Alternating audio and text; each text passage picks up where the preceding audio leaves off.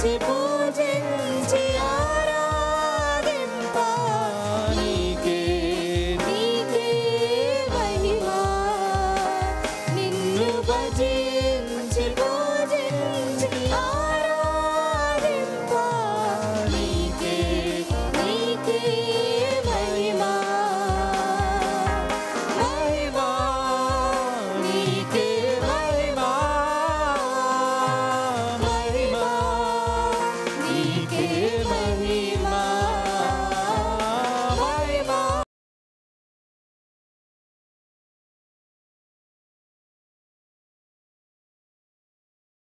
మహిమా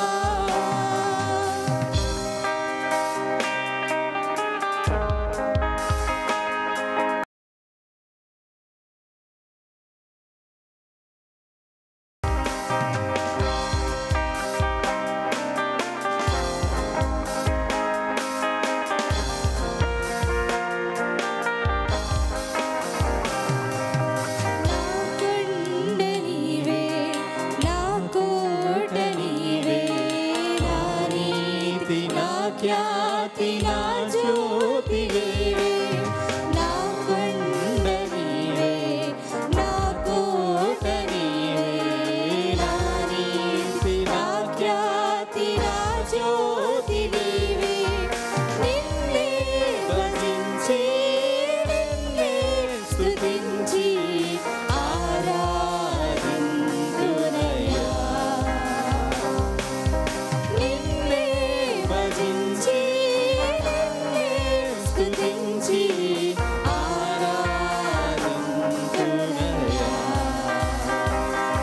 నిన్ను భజించి పూజించి ఆరాధింప నీకే నీకే మహిమా నిన్ను భజించి పూజించి ఆరాధింప నీకే నీకే మహిమా మహిమా నీకే మహిమా మహిమా నీకే మహిమా మహిమా నీకే మహిమా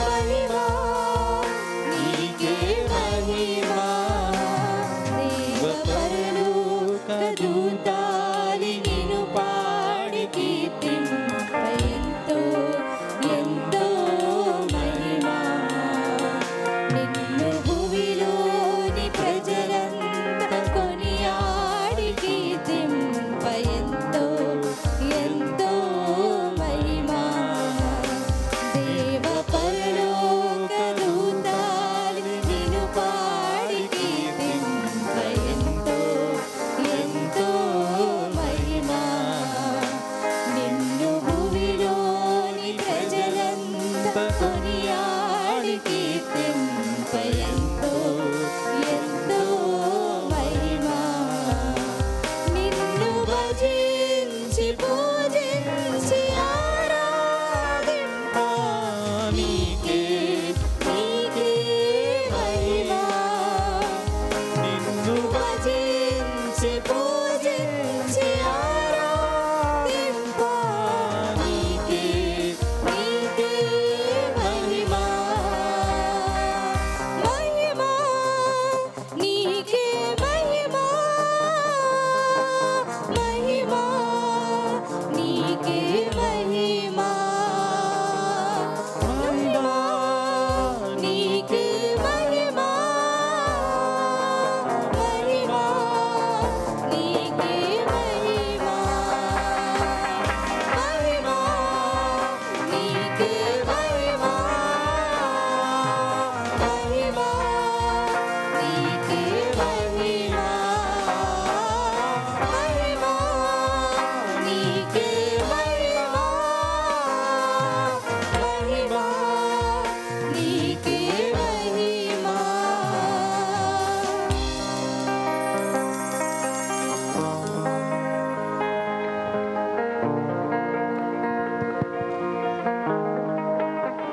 దేవుని పరిశుద్ధ నామమునకు మహిమ కలుగును గాక. గడిచిన వారమంతయు కూడా మనల్ని కాచి కాపాడి భద్రపరిచిన మన ప్రభువును రక్షకుడై ఉన్న యేసయ్య నామానికి మహిమ కలుగునుగాక. మన ఆంధ్ర క్రైస్తవ కీర్తనల నుండి 9వ కీర్తన పాడుకొని మన యొక్క ఆరాధనా క్రమాన్ని ప్రారంభించుకుందాం. 9వ కీర్తన పాడుకొని మన ఆరాధనను ప్రారంభించుకుందాం.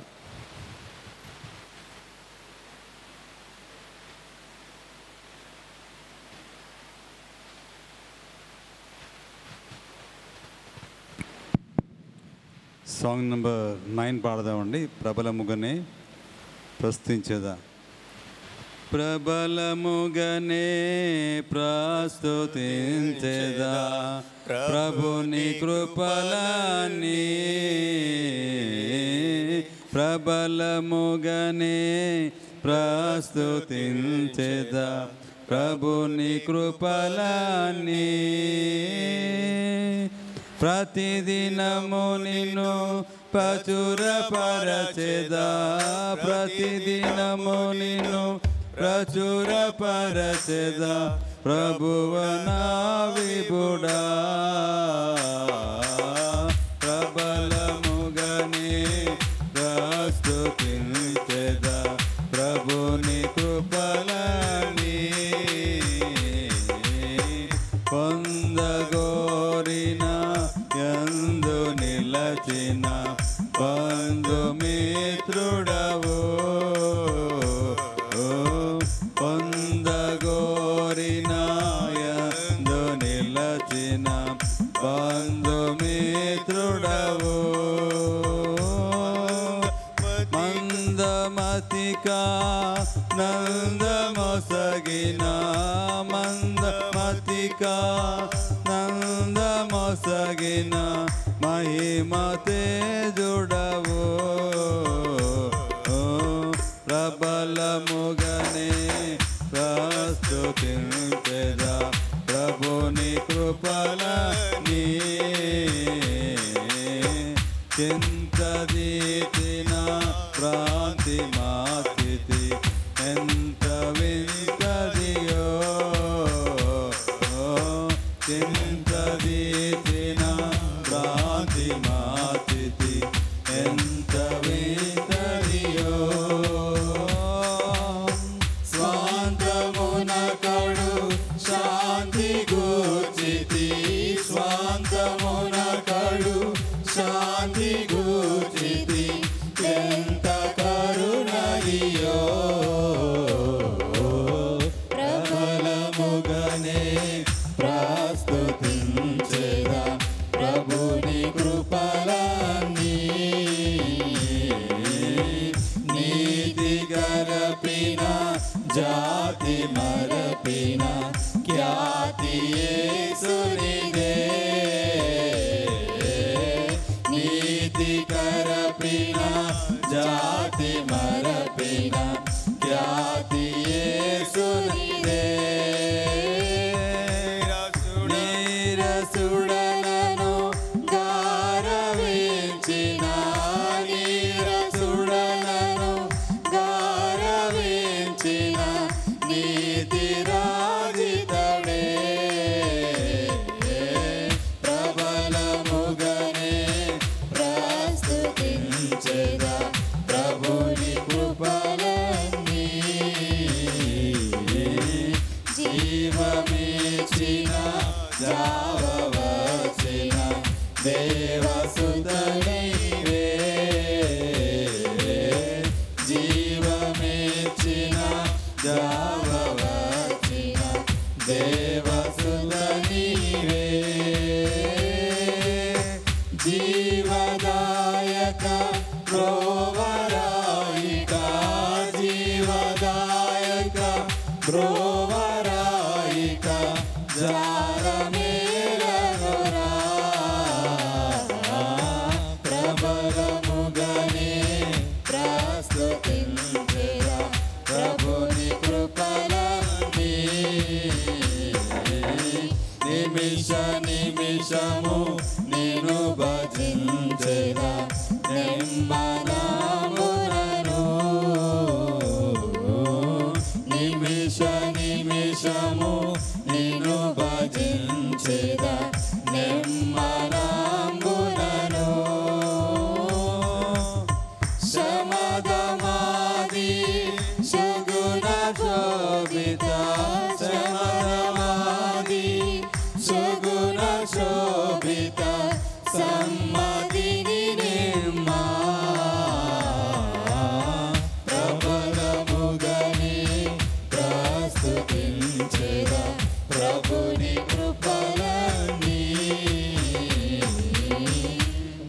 హల్లెలూయా.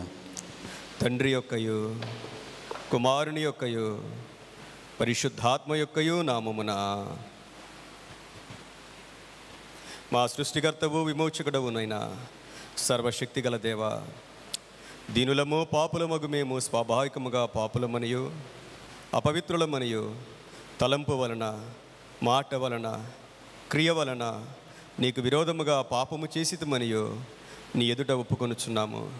కావున మేము మా ప్రభు అయిన యేసుక్రీస్తు నిమిత్తము నీ కృపను వెదకుచు వేడుకొనుచు మితిలేని కనికరము గల నీ యొద్దకు ఆశ్రయమునకై వచ్చుచున్నాము.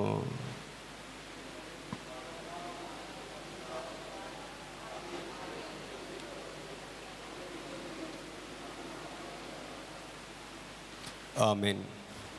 ప్రార్థన చేద్దాం. ప్రార్థించవలసిందిగా ఏర్పాటు చేయబడిన వారిని ఆహ్వానిస్తూ ఉన్నాను.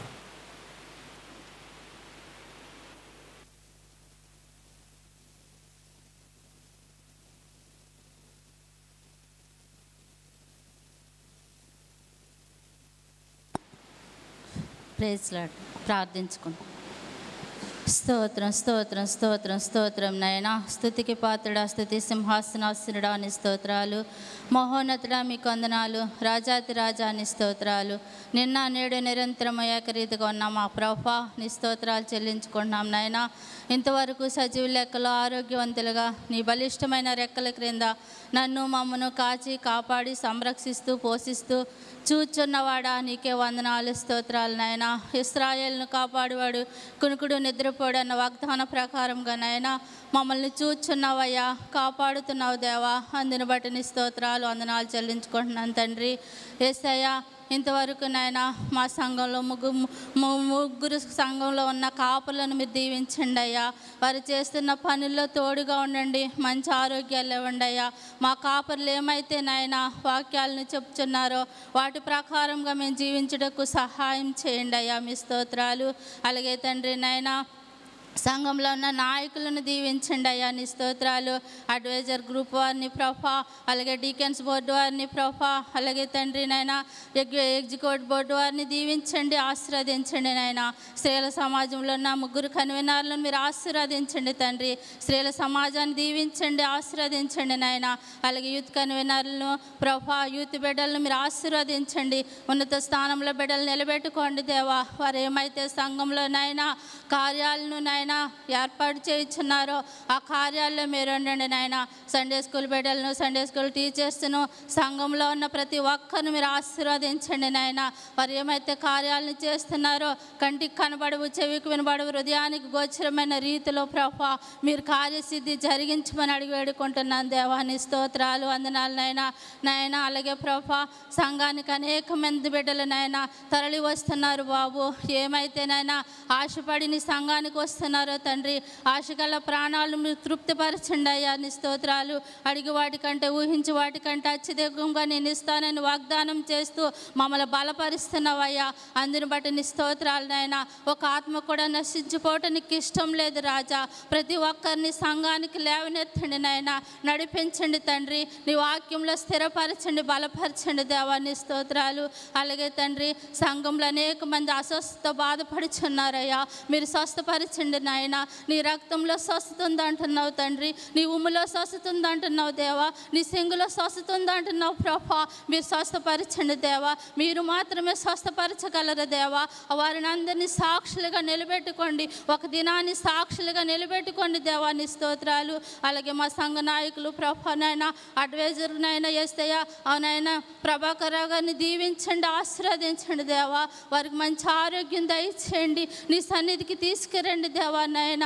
మీరు లేవనెత్తండి తండ్రి. మీరు ఆరోగ్యం ఇవ్వగల సమర్థుడు అయ్యా, నువ్వు మాత్రమే ఇవ్వగలవయ్యా. నీ స్తోత్రాలు నాయన. మా నాయకులను బలపరచండి దేవా. నీ స్తోత్రాలు నాయన. యేసయ్యా నువ్వు పరిశుద్ధుడు కాబట్టి నాయన, నీ పరిశుద్ధతలో మేము అందరము నిలవాలయ్యా. నీ స్తోత్రాలు నాయన. యేసయ్యా దీనులము దరిద్రులు ఎందుకు పనికిరాని వారమయ్యా, అయినప్పటికీ నీ సన్నిధిలో ఇలా వాడుకుంటున్నావంటే కేవలం నీ కృపే తండ్రి. నీ స్తోత్రాలు. నీ కృప లేనిది మేము జీవించలేమయ్యా. కేవలం నీ కృపతో నీ కనికరంతో మమ్మల్ని నడిపిస్తున్న విధానాన్ని బట్టి నీకే స్తుతులు స్తోత్రాలు. ఇప్పుడు పాటల్లో మీరుండండి నాయన, వాక్య భాగాల్లో మీరుండండి. నీ సేవకులు నిలబెట్టుకుని అనేక మర్మాలు మాతో మాట్లాడండి దేవా, నీ స్తోత్రాలు. అలాగే తండ్రి నాయన యేసయ్య, మేమేమైతే వింటున్నామో వాటి ప్రకారంగా నడుచుకోవడానికే సహాయం చేయండి దేవా. యేసయ్య నీకే స్తుతులు స్తోత్రాలు చెల్లించుకుంటూ మా హృదయాలకు మా తలంపులకు సమస్తము మీరే కావలుగా ఉండి నడిపించుకోమని నా ప్రభు అయిన యేసుక్రీస్తు నామం పేరట మిక్కిలి విని విధేయతలు తడిగి వేడుకుంటున్నాను నా పరమ తండ్రి. ఆమేన్ ఆమేన్.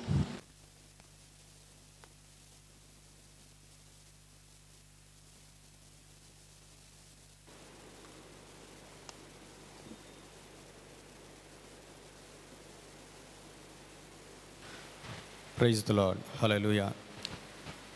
ప్రార్థించిన సహోదరి శ్యామల గారికి ప్రభు నామములో వందనాలు. ఉత్తర ప్రత్యుత్తరములుగా కీర్తనలు 4వ కీర్తనను ఉత్తర ప్రత్యుత్తరములుగా చదువుకుందాం. 4వ కీర్తన. నా నీతికి ఆధారమగు దేవా, నేను మొర్రపెట్టునప్పుడు నాకు ఉత్తరమిమ్ము. ఇరుకులో నాకు విశాలత కలుగజేసిన వాడవు నీవే. నన్ను కరుణించి నా ప్రార్థన అంగీకరించుము. నరులారా, ఎంతకాలము నా గౌరవమును అవమానంగా మార్చెదరు? ఎంతకాలం వ్యర్థమైన దానిని ప్రేమించెదరు? ఎంతకాలము అబద్ధమైన వాటిని వెతకెదరు? యెహోవా తన భక్తులను తనకు ఏర్పరుచుకొనుచున్నాడని తెలుసుకొనుడి. నేను యెహోవాకు మొర్రపెట్టగా ఆయన ఆలకించును. భయం నుండి పాపము చేయకుడి. మీరు పడకల మీద నుండగా మీ హృదయంలో ధ్యానం చేసుకుని ఓరకుండి. నీతియుక్తమైన బలులు అర్పించుచు యెహోవాను నమ్ముకొనుడి. చూపువాడెవడని పలుకువారు అనేకులు. యెహోవా నీ సన్నిధిని మా మీద ప్రకాశింపజేయి. వారి ధాన్య ద్రాక్షారసములు విస్తరించిన నాటి సంతోషము కంటే అధికమైన సంతోషము నీవు నా హృదయములో పుట్టించితివి. యెహోవా నెమ్మదితో పండుకొని నిద్రపోవదును. నేను ఒంటరిగా నుండను, నీవే నన్ను సురక్షితముగా నివసింపచేయదు. ఆమేన్. మనందరం కలిసి విశ్వాస ప్రమాణాన్ని చెప్దాం. భూమి ఆకాశములను సృజించిన సర్వశక్తి గల తండ్రి అయిన దేవుని నేను నమ్ముచున్నాను. ఆయన ఏక కుమారుడును మన ప్రభువైన యేసుక్రీస్తును నమ్ముచున్నాను. పరిశుద్ధాత్మను నమ్ముచున్నాను. పరిశుద్ధ క్రైస్తవ సంఘమును, పరిశుద్ధుల సహవాసమును, పాప క్షమాపణయు, శరీర పునరుద్ధానమును, నిత్య జీవమును ఉన్నవని నమ్ముచున్నాను. ఆమేన్. దయచేసి అందరూ కూడా కూర్చోండి. ఈ సమయంలో యవన బిడ్డలు వచ్చే పాట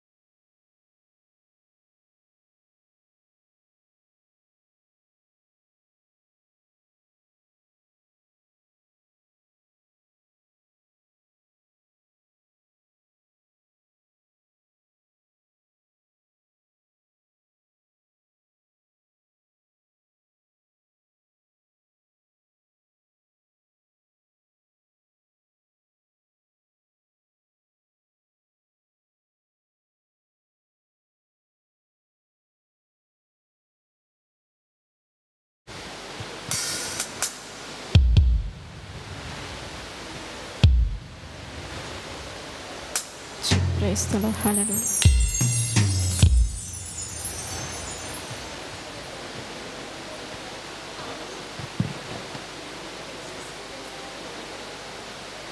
Praise the Lord. Hallelujah.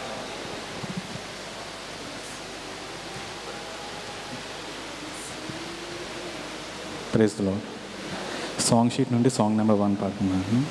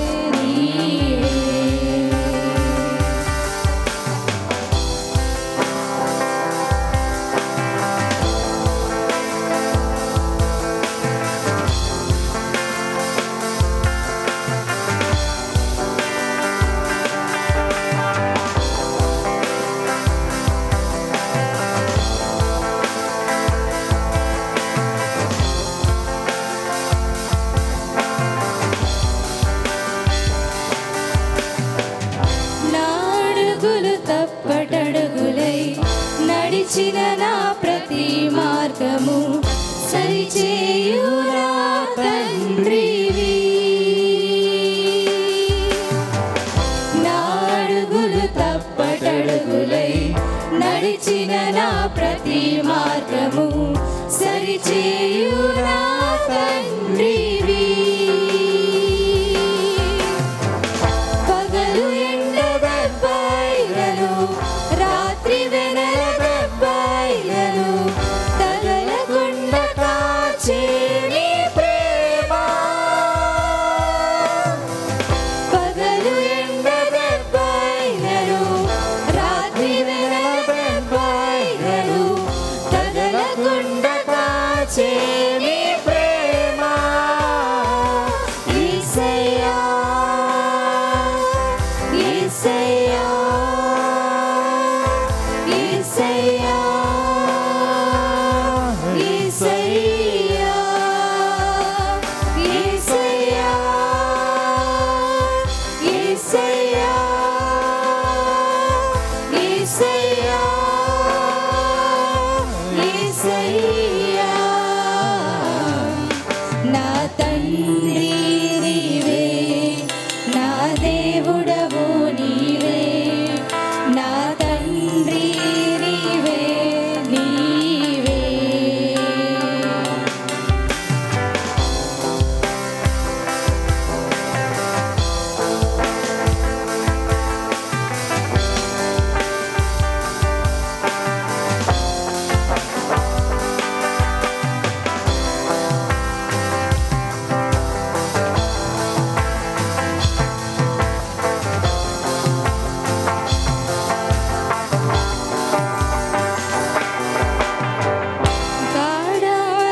గాఢాంధకారలోయలో నీ నడిచిన ప్రతి వేళలో తోడున్న నా తండ్రివి.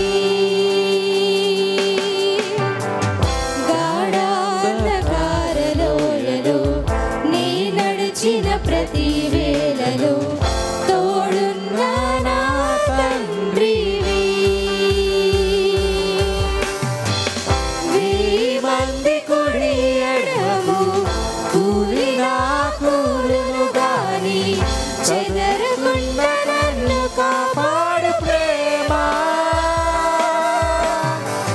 వెయ్యి మంది కుడి ఎడము కూలినా కూలును గాని చెదరకుండా నన్ను కాపాడు ప్రేమ. యేసయ్యా యేసయ్యా యేసయ్యా యేసయ్యా యేసయ్యా యేసయ్యా యేసయ్యా యేసయ్యా. నా తండ్రి నీవే, నా దేవుడవు నీవే, నా తండ్రి నీవే నీవే. నా తండ్రి నీవే, నా దేవుడవు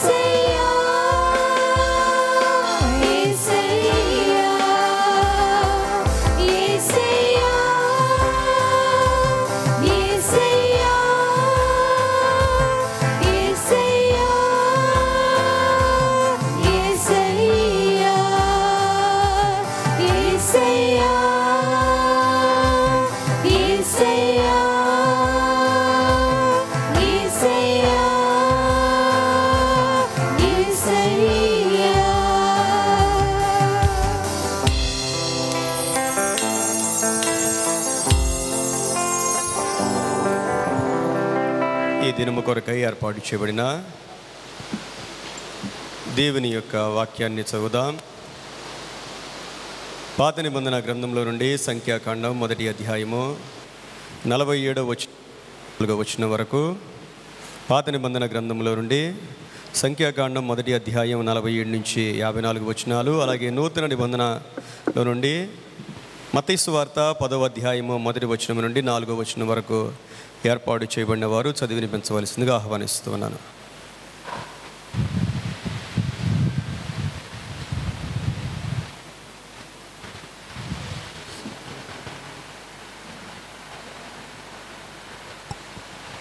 అందరికీ ప్రైజ్ రాడండి.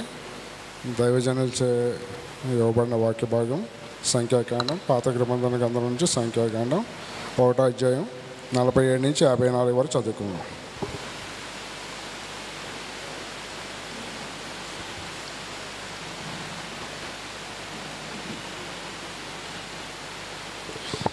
అయితే లేవీయులు తమ పితరుల గోత్రముల చొప్పున వారితో పాటు లెక్కింపబడలేదు.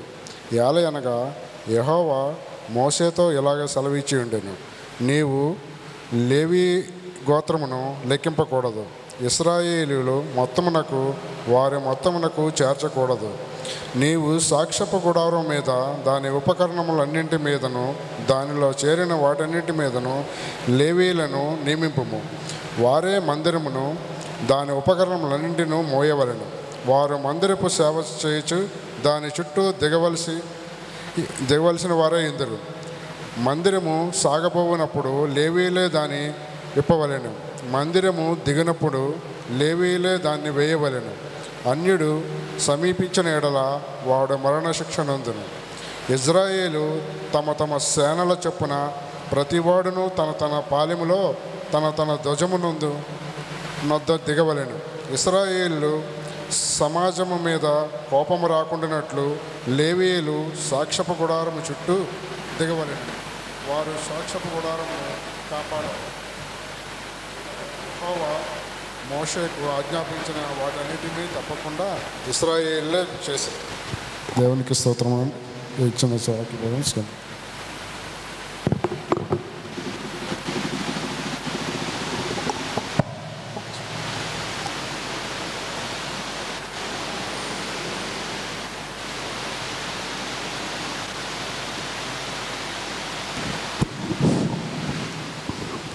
రెండవ పాఠ్యభాగముగా మత్తయి సువార్త 10వ అధ్యాయము 1 నుండి 4 వరకు. ఆయన తన 12 మంది శిష్యులను పిలిచి అపవిత్రాత్మలను వెళ్ళగొట్టుటకును ప్రతి విధమైన రోగమును ప్రతి విధమైన వ్యాధిని స్వస్థపరచుటకును వారికి అధికారం ఇచ్చెను. ఆ 12 మంది అపోస్తుల పేర్లు ఏమనగా, మొదటి పేతురు అనబడిన సీమోను, అతని సహోదరుడగు అంద్రేయ, ఆ జబదయి కుమారుడగు యాకోబు, అతని సహోదరుడగు యోహాను, ఫిలిప్పు, బర్తలోమై, తోమా, సుంకరి అయిన మత్తయి, అల్ఫయి కుమారుడగు యాకోబు, తద్దయ్యను మారుపేరు గల లబ్బయి, కానానీయుడైన సీమోను, ఆయనకు అప్పగించిన ఇస్కరియోతు యూదా. దేవుడి వాక్యం దీవించింది.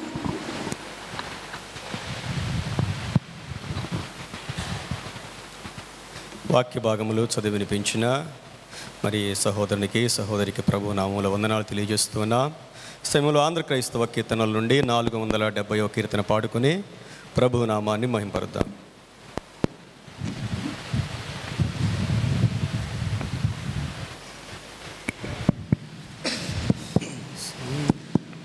చాటించుడి మనుష్య జాతికే సునామము, చాటించుడి అవశ్యమే సుప్రేమ సారము. జనాదులు విశేష రక్షణ సునాదము, వీణు పర్యంతము.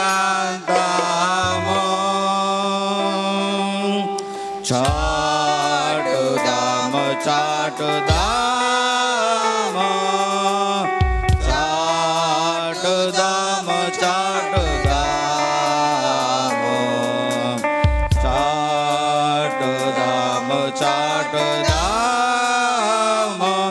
శ్రీ యేసు నామము.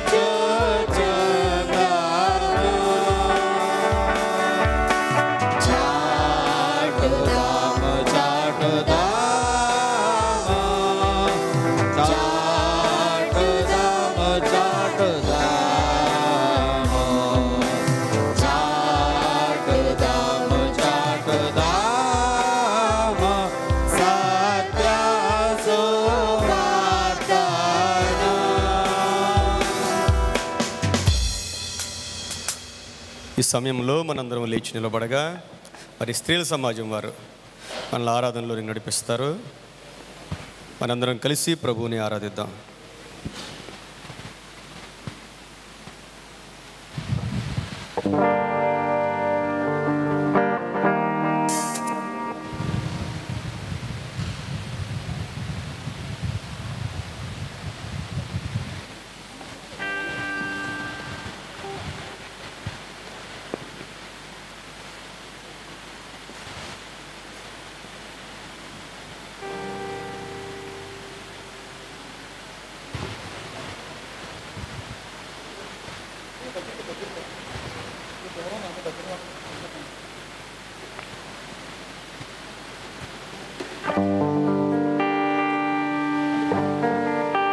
మహిమపరుస్తూ శ్రీలమైన మేము స్తుతి ఆరాధన చేయుచుండగా ప్రతి ఒక్కరూ ఎవరు కూడా మౌనంగా ఉండకూడదండి.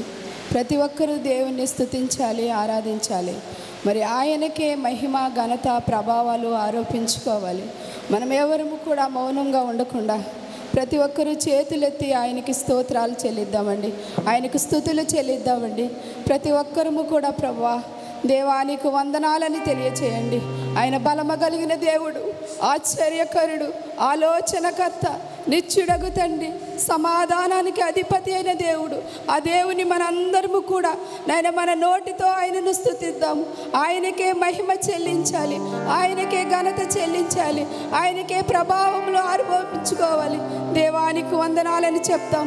అందరము కూడా ఎవరు కూడా మౌనంగా ఉండకుండా ప్రభువు కొరకు నాయన దేవానికి వందనాలు, అబ్రహాము దేవానికి వందనాలు, ఇస్సాకు దేవానికి వందనాలు, యాకోబు దేవానికి వందనాలని నా తండ్రి. ఆయనకొక్కరికే మహిమ చెందాలి, ఆయనకొక్కరికే ఘనత చెందాలి. ప్రతి ఒక్కరము కూడా ప్రతి ఒక్కరు ఆరాధించాలి, ఆయన ఆత్మతోను సత్యముతోనూ ఆరాధించాలి. కనుక ప్రభువానికి వందనాలయ్యా. అబ్రహాము దేవానికి వందనాలు, ఇస్సాకు దేవానికి వందనాలు, యాకోబు దేవానికి వందనాలు. హల్లెలూయా, హల్లెలూయా, హల్లెలూయా, హల్లెలూయా. యెహోవా రాఫానికి వందనాలు, యెహోవా షమ్మానికి వందనాలు, యెహోవా నిస్సీనికి వందనాలు, యెహోవా ఈరేనికి వందనాలు. స్తోత్రాలు, స్తోత్రాలు, స్తోత్రాలు దేవా. తండ్రి దేవానికి వందనాలయ్యా. ఆత్మదేవానికి వందనాలు ప్రభువా. మొదటి వాడను కడపటి వాడనను సెలవిచ్చిన దేవానికి వందనాలు, స్తోత్రాలు చెల్లించుకున్నాను తండ్రి. ఆది అంతమైన దేవానికి వందనాలు ప్రభువా. కెరూబుల సెరూబులతో వేవేల దూతలతో నా తండ్రి పొగడబడుచున్న దేవానికి స్తోత్రాలు, స్తోత్రాలు తండ్రి. అగ్ని వంటి కన్నుల గలవాడానికి వందనాలు. అపరంజిని పోలిన పాదములు గల తండ్రి నీకు స్తోత్రములు, స్తోత్రములు, స్తోత్రములు దేవా. తండ్రి నిన్న నేడు నిరంతరము కూడా ఒకే రీతిగా ఉన్న దేవుడు ప్రభువానికి స్తోత్రాలు, స్తోత్రాలు చెల్లించుకున్నాను తండ్రి. దేవా ఇరుకుల విశాలత కలుగ చేసిన దేవానికి వందనాలు ప్రభా. నువ్వు మొరపెట్టి నేను నీకు ఉత్తరమిస్తానని సెలవిచ్చిన దేవానికి స్తోత్రములు, స్తోత్రములు తండ్రి. పరిశుద్ధుడు పరిశుద్ధుడు అంటూ ప్రభు వేవేల దూత గణములతో నువ్వు కొనియాడబడిచిన దేవానికి స్తోత్రములు, స్తోత్రములు, స్తోత్రములు దేవానికి వందనాలు. ఆకాశమందు ఆసీనుడానికి స్తోత్రాలు తండ్రి. సమాధాన కర్తానికి వందనాలు. ఆశ్రయ దుర్గమానికి వందనాలు ప్రభా. ఉన్నత దుర్గమానికి వందనాలు ప్రభా.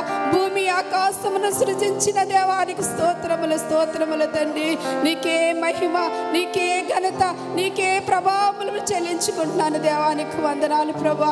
అలనాడు నా తండ్రి పెంతెకొస్తు దినములో ప్రభా సంఘముగా నా తండ్రి అందరూ కూడుకొని ప్రభా నా తండ్రి నీ సన్నిధిలో నిన్ను ఆరాధించడానికి కూడుకున్నప్పుడు ప్రభా నైనా వేగముగా వీచు ఒక బలమైన ధ్వని ప్రభా నా తండ్రి ఆ ఇంటి అంతటిని కమ్మినప్పుడు ప్రభా ఒక్కొక్కరు కూడా ప్రభా అగ్ని జ్వాలల వంటి నాలుకలుగా ప్రభా విభాగింపబడి తండ్రి నాయన నీ ఆత్మ ఒక్కొక్కరి పైన వచ్చినప్పుడు ప్రభా అందరూ కూడా తండ్రి నాయన నా తండ్రి ఆ వాక్శక్తితో ప్రభా నా తండ్రి అనుగ్రహింపబడి నా తండ్రి నాయన అన్య భాషలతో మాట్లాడిన దేవానికి స్తోత్రములు తండ్రి నాయన. సంఘముగా ప్రభా మేమందరము కూడుకొని ప్రభా నిలువబడి నీ సన్నిధిలో నిన్ను ఆరాధించుచుండగా నా తండ్రి మా మధ్యలోనికి మీరు రండి, చేయమని అడుగుచున్నాను తండ్రి. నీకు స్తోత్రాలు ప్రభా. అంత్య దినములో నేను అందరి మీద, మనుషులందరి మీద నా ఆత్మను కుమ్మరిస్తానని సెలవిచ్చిన దేవానికి వందనాలు. మీ కుమారులను మీ కుమార్తెలను ప్రవచిస్తారన్నావు ప్రభా. నీకు స్తోత్రాలు తండ్రి. నాయన యవనులు దర్శనములు చూస్తారన్నవయ్యా, వృద్ధులు కలలు కంటారని సెలవిచ్చిన దేవుడు ప్రభా. నా తండ్రి ఆ దినములో నా దాసుల మీదను దాసురాండ్ర మీదను ప్రభా నీ ఆత్మను కుమ్మరిస్తానని సెలవిచ్చిన దేవా, నీకే మహిమ నీకే ఘనత చెల్లించుకుంటాను ప్రభా. నీ స్తోత్రములు స్తోత్రములు స్తోత్రములు ప్రభా. నిన్ను ఆరాధించడానికి ప్రభా నా తండ్రి నాయన ప్రభా ఒక్కసారి మీరు జ్ఞాపకం చేసుకుని ప్రభా తండ్రి ఆరాధనకు నా తండ్రి యోగ్యుడుగా ఉన్న దేవుడు ప్రభా. నీ స్తోత్రములు స్తోత్రములు తండ్రి. హల్లెలూయా హల్లెలూయా తండ్రి. నీకు వందనాలు, ఆరాధనకు హల్లెలూయా.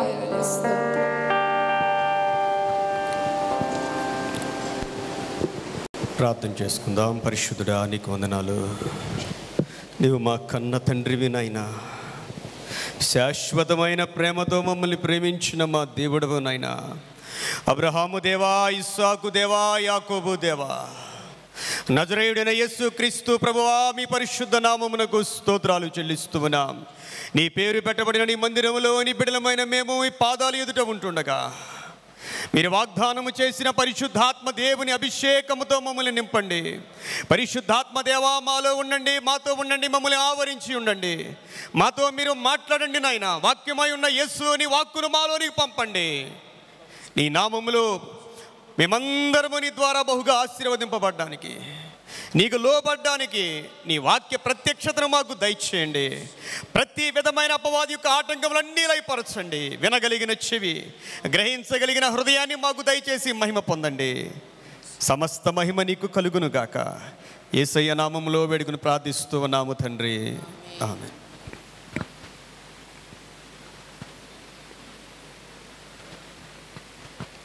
ప్రియమైన దేవుని బిడ్డలారా, మన ప్రభువును రక్షకుడై ఉన్న యేసుక్రీస్తు వారి నామంలో మీ అందరికీ శుభములు, ఆశీర్వాదాలు తెలియచేస్తూ ఉన్నాను.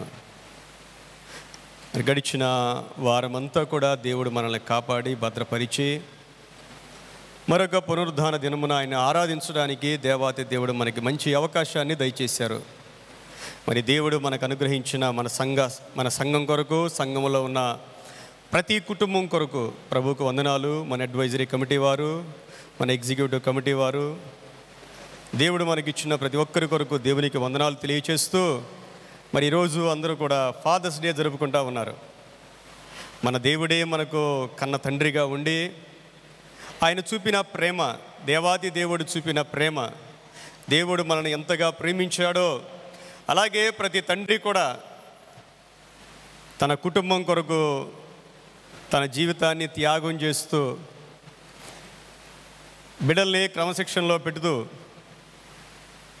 కుటుంబం కోసం తన జీవితాన్ని త్యాగం చేస్తూ ఉన్న ప్రతి ఫాదర్కి కూడా ఫాదర్స్ డే శుభాకాంక్షలు తెలియచేస్తూ, ఈ దినము కొరకు ఏర్పాటు చేయబడిన సంఖ్యాకాండంలో నుండి మొదటి అధ్యాయము 47వ వచనం నుండి చదువుకుందాం. సంఖ్యాకాండం మొదటి అధ్యాయము 47వ వచనం నుండి.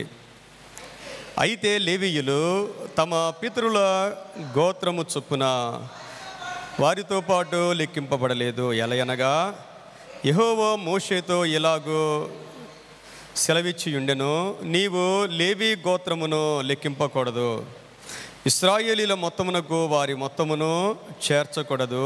నీవు సాక్ష్యపు గుడారము మీదను దాని ఉపకరణములన్నిటి మీదను దానిలో చేరిన వాటినన్నిటి మీదను లేవీలను నియమింపుము. వారే మందిరమును దాని ఉపకరణములన్నిటినీ మోయవలెను. వారు మందిరపు సేవ చేయొచ్చు దాని చుట్టూ దిగవలసిన వారు ఎందురు. మందిరము సాగబోవునప్పుడు లేవీలే దాన్ని విప్పవలను, మందిరము దిగునప్పుడు లేవీలే దాన్ని వేయవలెను. అన్యుడు సమీపించిన ఎడల వాడు మరణశిక్ష నొందును. దేవుడు ఈరోజున లేవీయుల గురించిన దేవుడు కొన్ని విషయాలు మన కోసం వ్రాసి ఉంచాడు. గడిచిన వారంలో మరి సంఖ్యాకాండాన్ని మనం ప్రారంభించాం. ఎందుకంటే క్రైస్తవుల్లో కనీసం 190 మంది సంఖ్యాకాండం చదవరు. ఒక్కసారి కూడా సంఖ్యాకాండం చదవని వారు కనీసం 190 మంది ఉంటారు. ఎందుకంటే ఇది చాలా అర్థం కాదు, చాలా లోతైన ఆత్మీయమైన విషయాలు ఇందులో వ్రాయబడి ఉంటాయి. ఆత్మీయమైన విషయాలు చాలా మటుకు మనకి మరుగుగా ఉంటాయి. గడిచిన వారంలో మరి 2వ సంవత్సరం 2వ నెల 1వ తారీఖున దేవాది దేవుడు ప్రత్యక్ష గుడారములో నుండి ఇశ్రాయేలీల యొక్క 12 గోత్రాల వారిని లెక్కించమన్నాడు. 20 సంవత్సరాల కంటే మించిన వారిని, అనగా ఎవరైతే యుద్ధం చేయగలరో వారందరినీ కూడా లెక్కించమన్నాడు అనే విషయాలు గడిచిన వారంలో మనం ధ్యానం చేశాం. మరి సంఖ్యాకాండం కొంచెం స్లోగా మనం ధ్యానం చేసుకుంటే మంచిది, ఎందుకంటే కొంచెం అర్థం చేసుకోవడానికి కూడా కొంచెం కష్టంగా ఉంటుంది. ఇశ్రాయేలు వారు ఎన్ని గోత్రాలు మొత్తం? ఏమ్మా, నేను అడుగుతూ ఉంటాను, కొంచెం మీరు కూడా రియాక్ట్ అవుతూ ఉండంటే వాక్యం అర్థమవుతూ ఉంటుంది. యాకోబుకు ఎంతమంది భార్యలు? ఏమ్మా, యాకోబుకు 2 భార్యలు, 2 ఉపపత్నులు. ఎవరు భార్యలు అంటే లేయా, రాహేలు. లేయా, రాహేలు 2 కూడా యాకోబు యొక్క భార్యలు. లేయాకేమో జల్ఫాను, అలాగే రాహేలుకేమో బిల్హాను ఉపపత్నులుగా తండ్రి అయిన లాబాను ఇచ్చాడు. లేయాకు 6 కుమారులు. జ్ఞాపకం చేసుకోండి, లేయాకు 6 కుమారులు. ఎవరు వాళ్ళు? రుబేను, షిమియోను, లేవి, యోదా, ఇస్సాకారు, జబూలును. 6 పిల్లలు. బెన్యామీనుకు రాహేలుకి 2 పిల్లలు. యోసేపు. ఏమ్మా, ఒకసారి కొంచెం ఆలోచన చేసి తర్వాత ధ్యానం చేయండి, ఎందుకంటే ఇవన్నీ చాలా ప్రాథమికమైన విషయాలు. ఇవి మనం చదువుకునేటప్పుడు ఎల్కేజీలో వాళ్ళు ఎలా నేర్చుకుంటామో, బైబిల్లో ఇవన్నీ కూడా చాలా బేసికల్ థింగ్స్ అన్నమాట. ఇవి మనం తెలుసుకోవాలి. యాకోబుకేమో మొత్తం 2 భార్యలు, 2 ఉపపత్నులు. లేయాకేమో 6 పిల్లలు. రాహేలుకు 2. ఎవరు వాళ్ళిద్దరు? యోసేపు, బెన్యామీను. జిల్ఫాకు 2 కుమారులు, గాదు, అషేరు. బిల్హాకు కూడా 2 కుమారులు, దాను, నఫ్తాలి. మొత్తం 12 మంది పిల్లలు. మీరు జ్ఞాపకం పెట్టుకోండి, మొత్తం 12 మంది పిల్లలు, 13 గోత్రాలు. ఏమ్మా, ఎంతమంది? 12 మంది పిల్లలు. ఏంటి పాస్టర్ గారు ఇలాగ అంటున్నారు అనొద్దు. 13 గోత్రాలు. ఎందుకంటే యోసేపు గోత్రాన్ని 2గా చేశారు. ఎవరు వాళ్ళిద్దరు? మనషే, ఎఫ్రాయిము. ఇప్పుడు ఎంతమంది అయ్యారు మొత్తం? ఏమో అర్థమవుతుంది అందరికీ? దేవునికి స్తోత్రం. మొత్తం యాకోబుకు 12 మంది పిల్లలు. 12 మందిలో యోసేపుకి 2 కుమారులు కూడా వారిద్దరిని 2 గోత్రాలుగా చేశారు. కాబట్టి మొత్తం 13 గోత్రాలు. 13 గోత్రాల్లో లేవీ గోత్రాన్ని లెక్కించొద్దు అన్నాడు దేవుడు. లేవీ గోత్రాన్ని 12 గోత్రాలతో మీరు లెక్కించవద్దు. లేవీ గోత్రాన్ని నేను ప్రత్యేకించుకున్నాను అని దేవుడు వాగ్దానం చేశాడు. ఎందుకంటే లేవీ గోత్రానికి దేవుడు కొన్ని ప్రత్యేకమైన బాధ్యతలు అప్పగించాడు. మిగిలిన ఏ గోత్రానికి అప్పగించని బాధ్యతలు దేవుడు లేవీ గోత్రానికి అప్పగించాడు. ఏంటంటే దేవుడు మోషేకు తెలియజేశాడు, మోషే, నీ ఒక ప్రత్యక్ష గుడారాన్ని కట్టాలి. ఆ ప్రత్యక్ష గుడారం ఎలా కట్టాలో దేవుడు చెప్పాడు. మొత్తం డేరాలతో కట్టాలి. ప్రత్యక్ష గుడారం 3 భాగాలు: ఆవరణము, పరిశుద్ధ స్థలము, అతి పరిశుద్ధ స్థలం. 3 భాగాలు. ఈ 3 భాగాల్లో సేవ కూడా దేవుడు లేవీలకే అప్పగించాడు. ఎవరు అప్పగించారు? ఏమ్మా, దేవుడు అప్పగించాడు. దేవుని సేవ అనేది దేవుడు ఇవ్వాలి. మనం పాత నిబంధనలో చూసినా కొత్త నిబంధనలో చూసినా అందరూ కూడా అబ్రహాము సంతానమే, అందరూ యూదులే. ఈ గోత్రాలన్నీ కూడా యాకోబు సంతానమే. కానీ దేవుడు లేవి గోత్రాన్ని ప్రత్యేకపరుచుకున్నాడు. ఎందుకు దేవుడు లేవి గోత్రాన్ని ప్రత్యేకపరుచుకున్నాడు? వాస్తవానికి దేవుడు అన్నాడు, జ్యేష్ఠులందరూ కూడా నా వాళ్ళు అన్నాడు. అసలు దేవుడు మొట్టమొదటిగా జ్యేష్ఠత్వాన్ని కోరాడు. కారణం ఏంటంటే ఐగుప్తు దేశంలో నుండి ఇశ్రాయేలు బయటకు వచ్చేటప్పుడు ఐగుప్తుల యొక్క జ్యేష్ఠ సంతానం అంతా కూడా దేవుడు సంహరించేశాడు. మనుషుల్లోనేంటి, పశువుల్లోనేంటి, సమస్తములో జ్యేష్ఠుల్ని, ఐగుప్తీయుల యొక్క జ్యేష్ఠుల్ని దేవుడు సంహరించి ఇశ్రాయేలీల యొక్క జ్యేష్ఠుల్ని దేవుడు కాపాడి వారిని ప్రతిష్ఠించుకున్నాడు. జ్యేష్ఠులకి కుటుంబంలో 2 వంతుల ఆశీర్వాదం ఉంటుంది. ఇంట్లో 10 మంది పిల్లలు ఉంటే 10 మంది పిల్లల్లో జ్యేష్ఠునికి ఉండే హక్కు 2 అంతలు. తండ్రి తర్వాత తండ్రి తన యొక్క బలములో జ్యేష్ఠత్వం. కాబట్టి జ్యేష్ఠునికి ప్రాముఖ్యమైన అర్హతలు దేవుడిచ్చాడు. కానీ దేవుడు ఏం చేశాడంటే ఈ జ్యేష్ఠుల స్థానంలో దేవుడు లేవీయుల్ని పెట్టుకున్నాడు. ఏం అర్థమవుతుంది అందరికీ? దేవునికి స్తోత్రం చెప్దాం. హల్లెలూయా. జ్యేష్ఠుల స్థానంలో దేవుడు ఎవరిని పెట్టుకున్నాడు? ఏమా చెప్పండి, ఎవరిని? దేవుడు ఎందుకు లేవీయుల్ని ఎన్నుకున్నాడు అని మొట్టమొదటిగా బైబిల్ గ్రంథంలో కొన్ని వాక్యాలు మనం ధ్యానం చేద్దాం. ఇశ్రాయేలీలు వాళ్ళు బయలుదేరిన 3వ నెలలో సినాయి పర్వతం దగ్గరికి వచ్చారు. ఎన్నో నెలలో? వాళ్ళు మొదటి నెలలో బయలుదేరారు. మొదటి నెల 14వ తారీఖు సాయంకాలం బయలుదేరారు. బయలుదేరిన ఇశ్రాయేలీలు 3వ నెల ప్రారంభ దినంలో ఎక్కడికి వచ్చారంటే సినాయి పర్వతం దగ్గరికి వచ్చారు. సినాయి పర్వతం దగ్గర సుమారు 1 సంవత్సరం పాటు ఉన్నారు. దేవుడు మోషేను సినాయి పర్వతం మీదకి పిలిచాడు. దేవుడు మోషేను పిలిచింది కూడా మొట్టమొదటిగా సింగిల్గా పిలిచాడు. తర్వాత అహరోనుతో పాటు రమ్మన్నాడు. తర్వాత అహరోను 2 కుమారులు నాదాబు, అబీహు, ఆయనతో పాటు 70 మందిని దేవుడు తనతో పాటు రమ్మన్నాడు. కానీ ఒక్క మోషేను మాత్రం కొండ శిఖరం పైకి దేవుడు పిలిచాడు. వెళ్ళారు, బాగానే ఉంది. 40 దినాలు మోషే దేవునితో గడిపాడు. ఇశ్రాయేలు ప్రజలు కొండ కింద ఉన్నారు. కొండ కింద ఇశ్రాయేలు ప్రజలు ఉన్నారు, అహరోను ఉన్నారు. 40 దినాలు ఉండేసరికి వీళ్ళకి డౌట్ వచ్చింది. ఏమనంటే మోషే అనేవాడు బ్రతికున్నాడో లేదో అనే ఒక డౌట్ వచ్చి నిర్గమాకాండం 32వ అధ్యాయము ప్రారంభ వచనాన్ని చదువుదాం.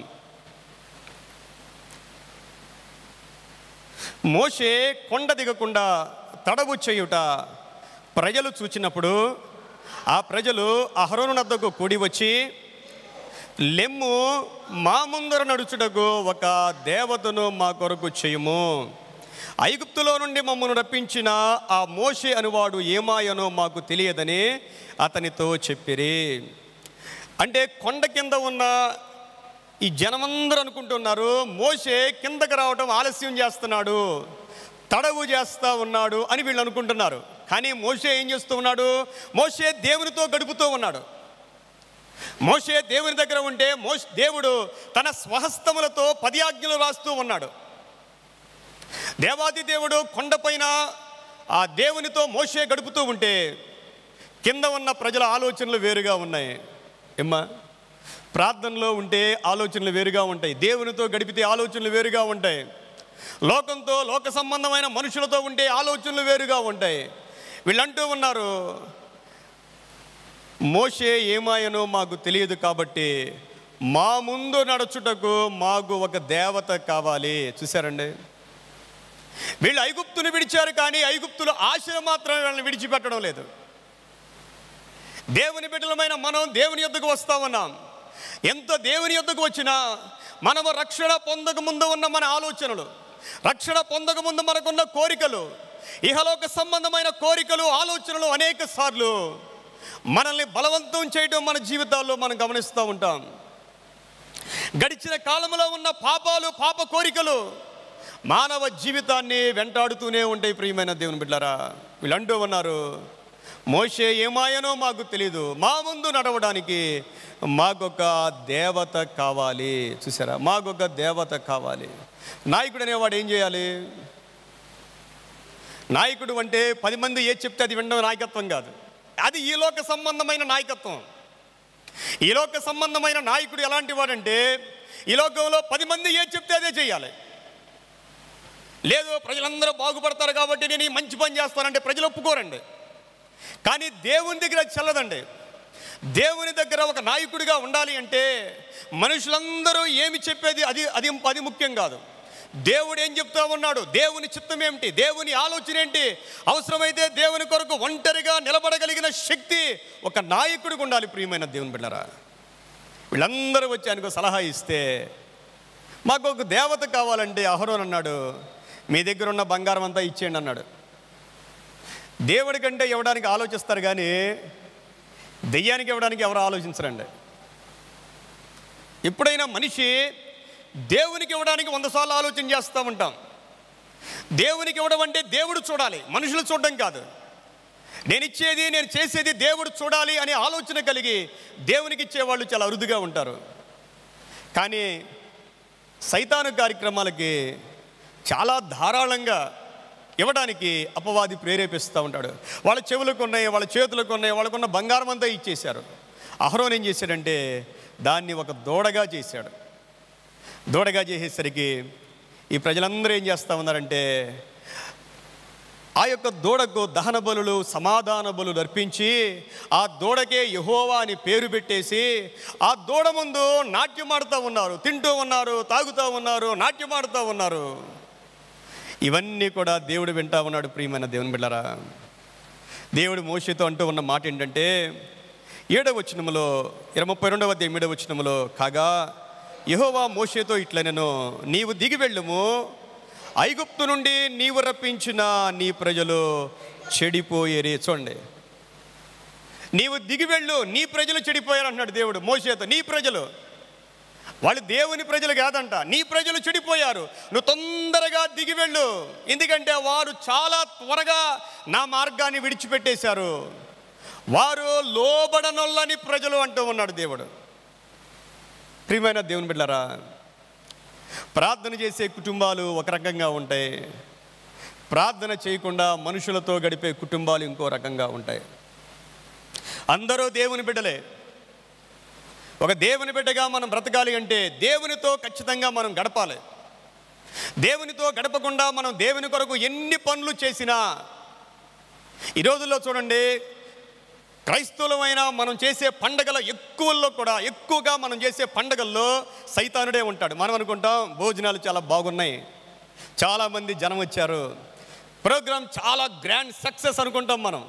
మన దృష్టిలో గ్రాండ్ సక్సెసే, కానీ దేవుని దృష్టిలో అది సక్సెసో కాదు అనేది మనం తెలుసుకోవాలి.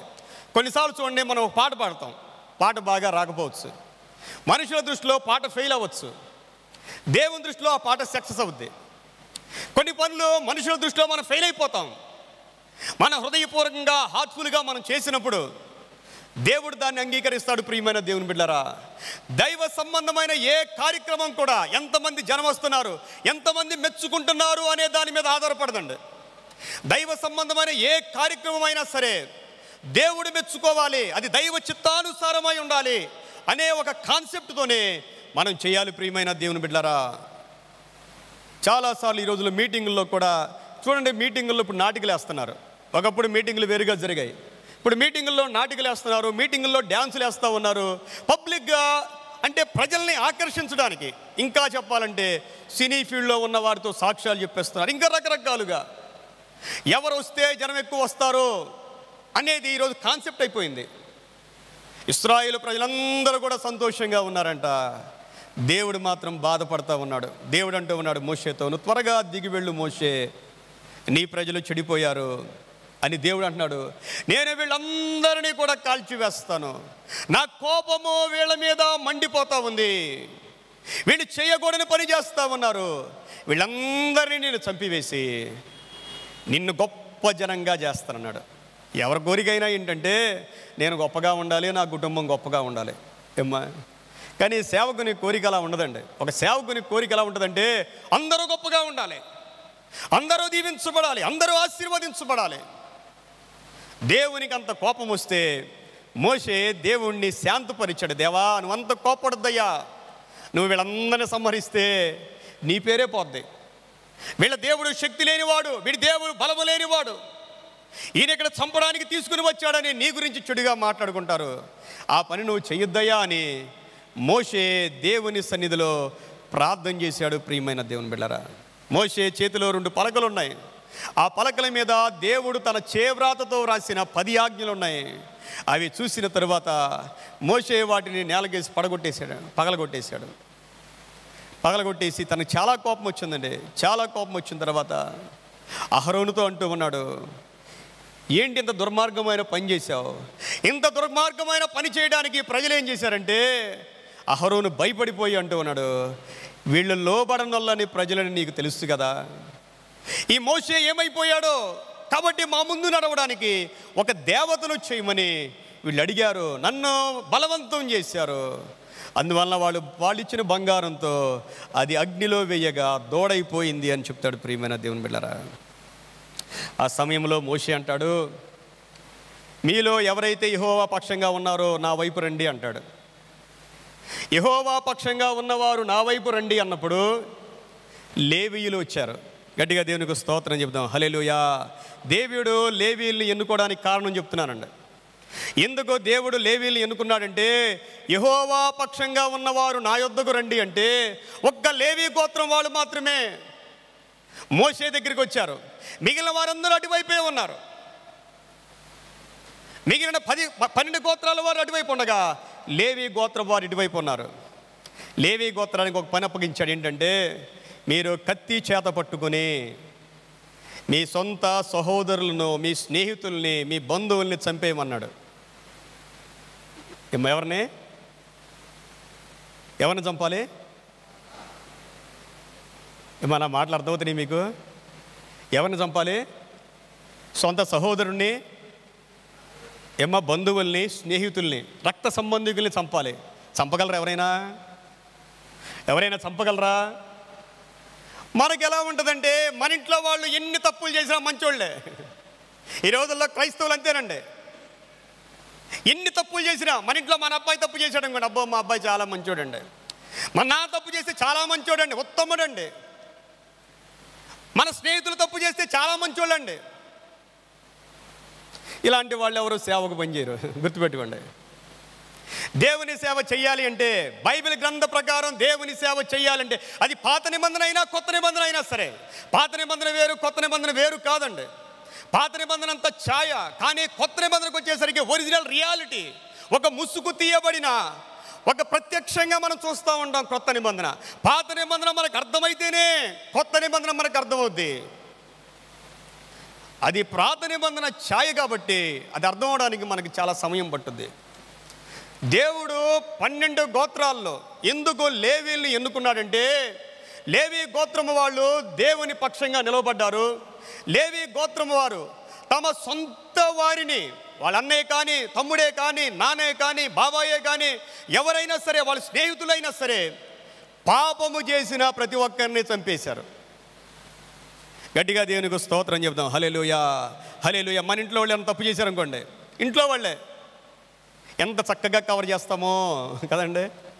ఇంట్లో భర్త తాగాడు అనుకోండి, భార్య చాలా చక్కగా కవర్ చేస్తుందండి. తండ్రి తాగాడు అనుకోండి, బిడ్డలు భలే చక్కగా కవర్ చేస్తారండి. వీళ్ళు దేవుని సేవకు పనిచేయరు. వీళ్ళు మీరు జ్ఞాపకం చేసుకోండి, దేవుని సేవ అనేది ఎక్కడి నుంచి ప్రారంభమవుద్దంటే మన ఇంట్లో నుండే ప్రారంభమవుద్ది. మన ఇంట్లో ఉన్న పాపాన్ని మనం సంహరించగలిగితే, వాళ్ళు ఎవరైనా సరే, ఎంత గొప్ప వాళ్ళైనా సరే,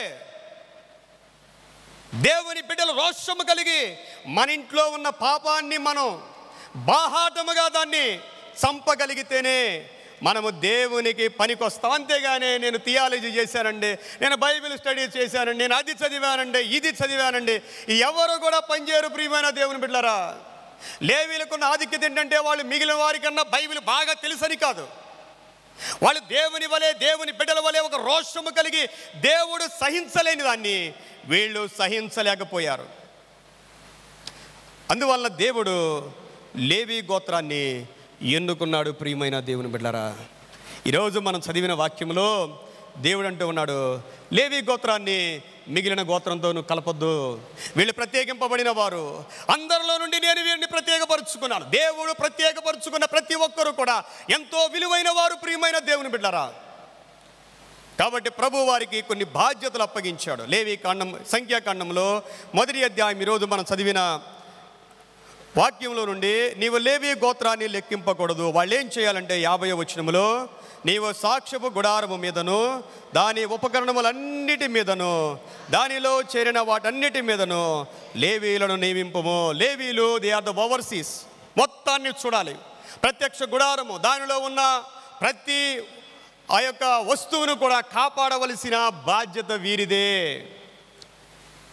అన్యుడెవరు కూడా దగ్గరికి రాకూడదు, అన్యుడెవరు వాటిని ముట్టకూడదు. వాటిలో పాలు పంపులు వారికి లేవు. ఒక్క లేవీ గోత్రానికి మాత్రమే దేవుడు వారికి ఆ భాగ్యం ఇచ్చారు. మిగిలిన వారు ఏం చేయాలంటే, మిగిలిన వారందరూ కూడా వాళ్ళు పంటలు పండించుకోవచ్చు, ఉద్యోగాలు చేయొచ్చు, వాళ్ళు వ్యాపారాలు చేయొచ్చు, అన్నీ చేయొచ్చు అండి. లేవీలకి ఉద్యోగాలు లేవు, లేవీలకి వ్యాపారాలు లేవు, లేవీలకు ఉన్న పని అంతా కూడా దేవుని పని మాత్రమే. దేవుని యొక్క ప్రత్యక్ష గుడారము దగ్గర వాళ్ళు ఉండాలి.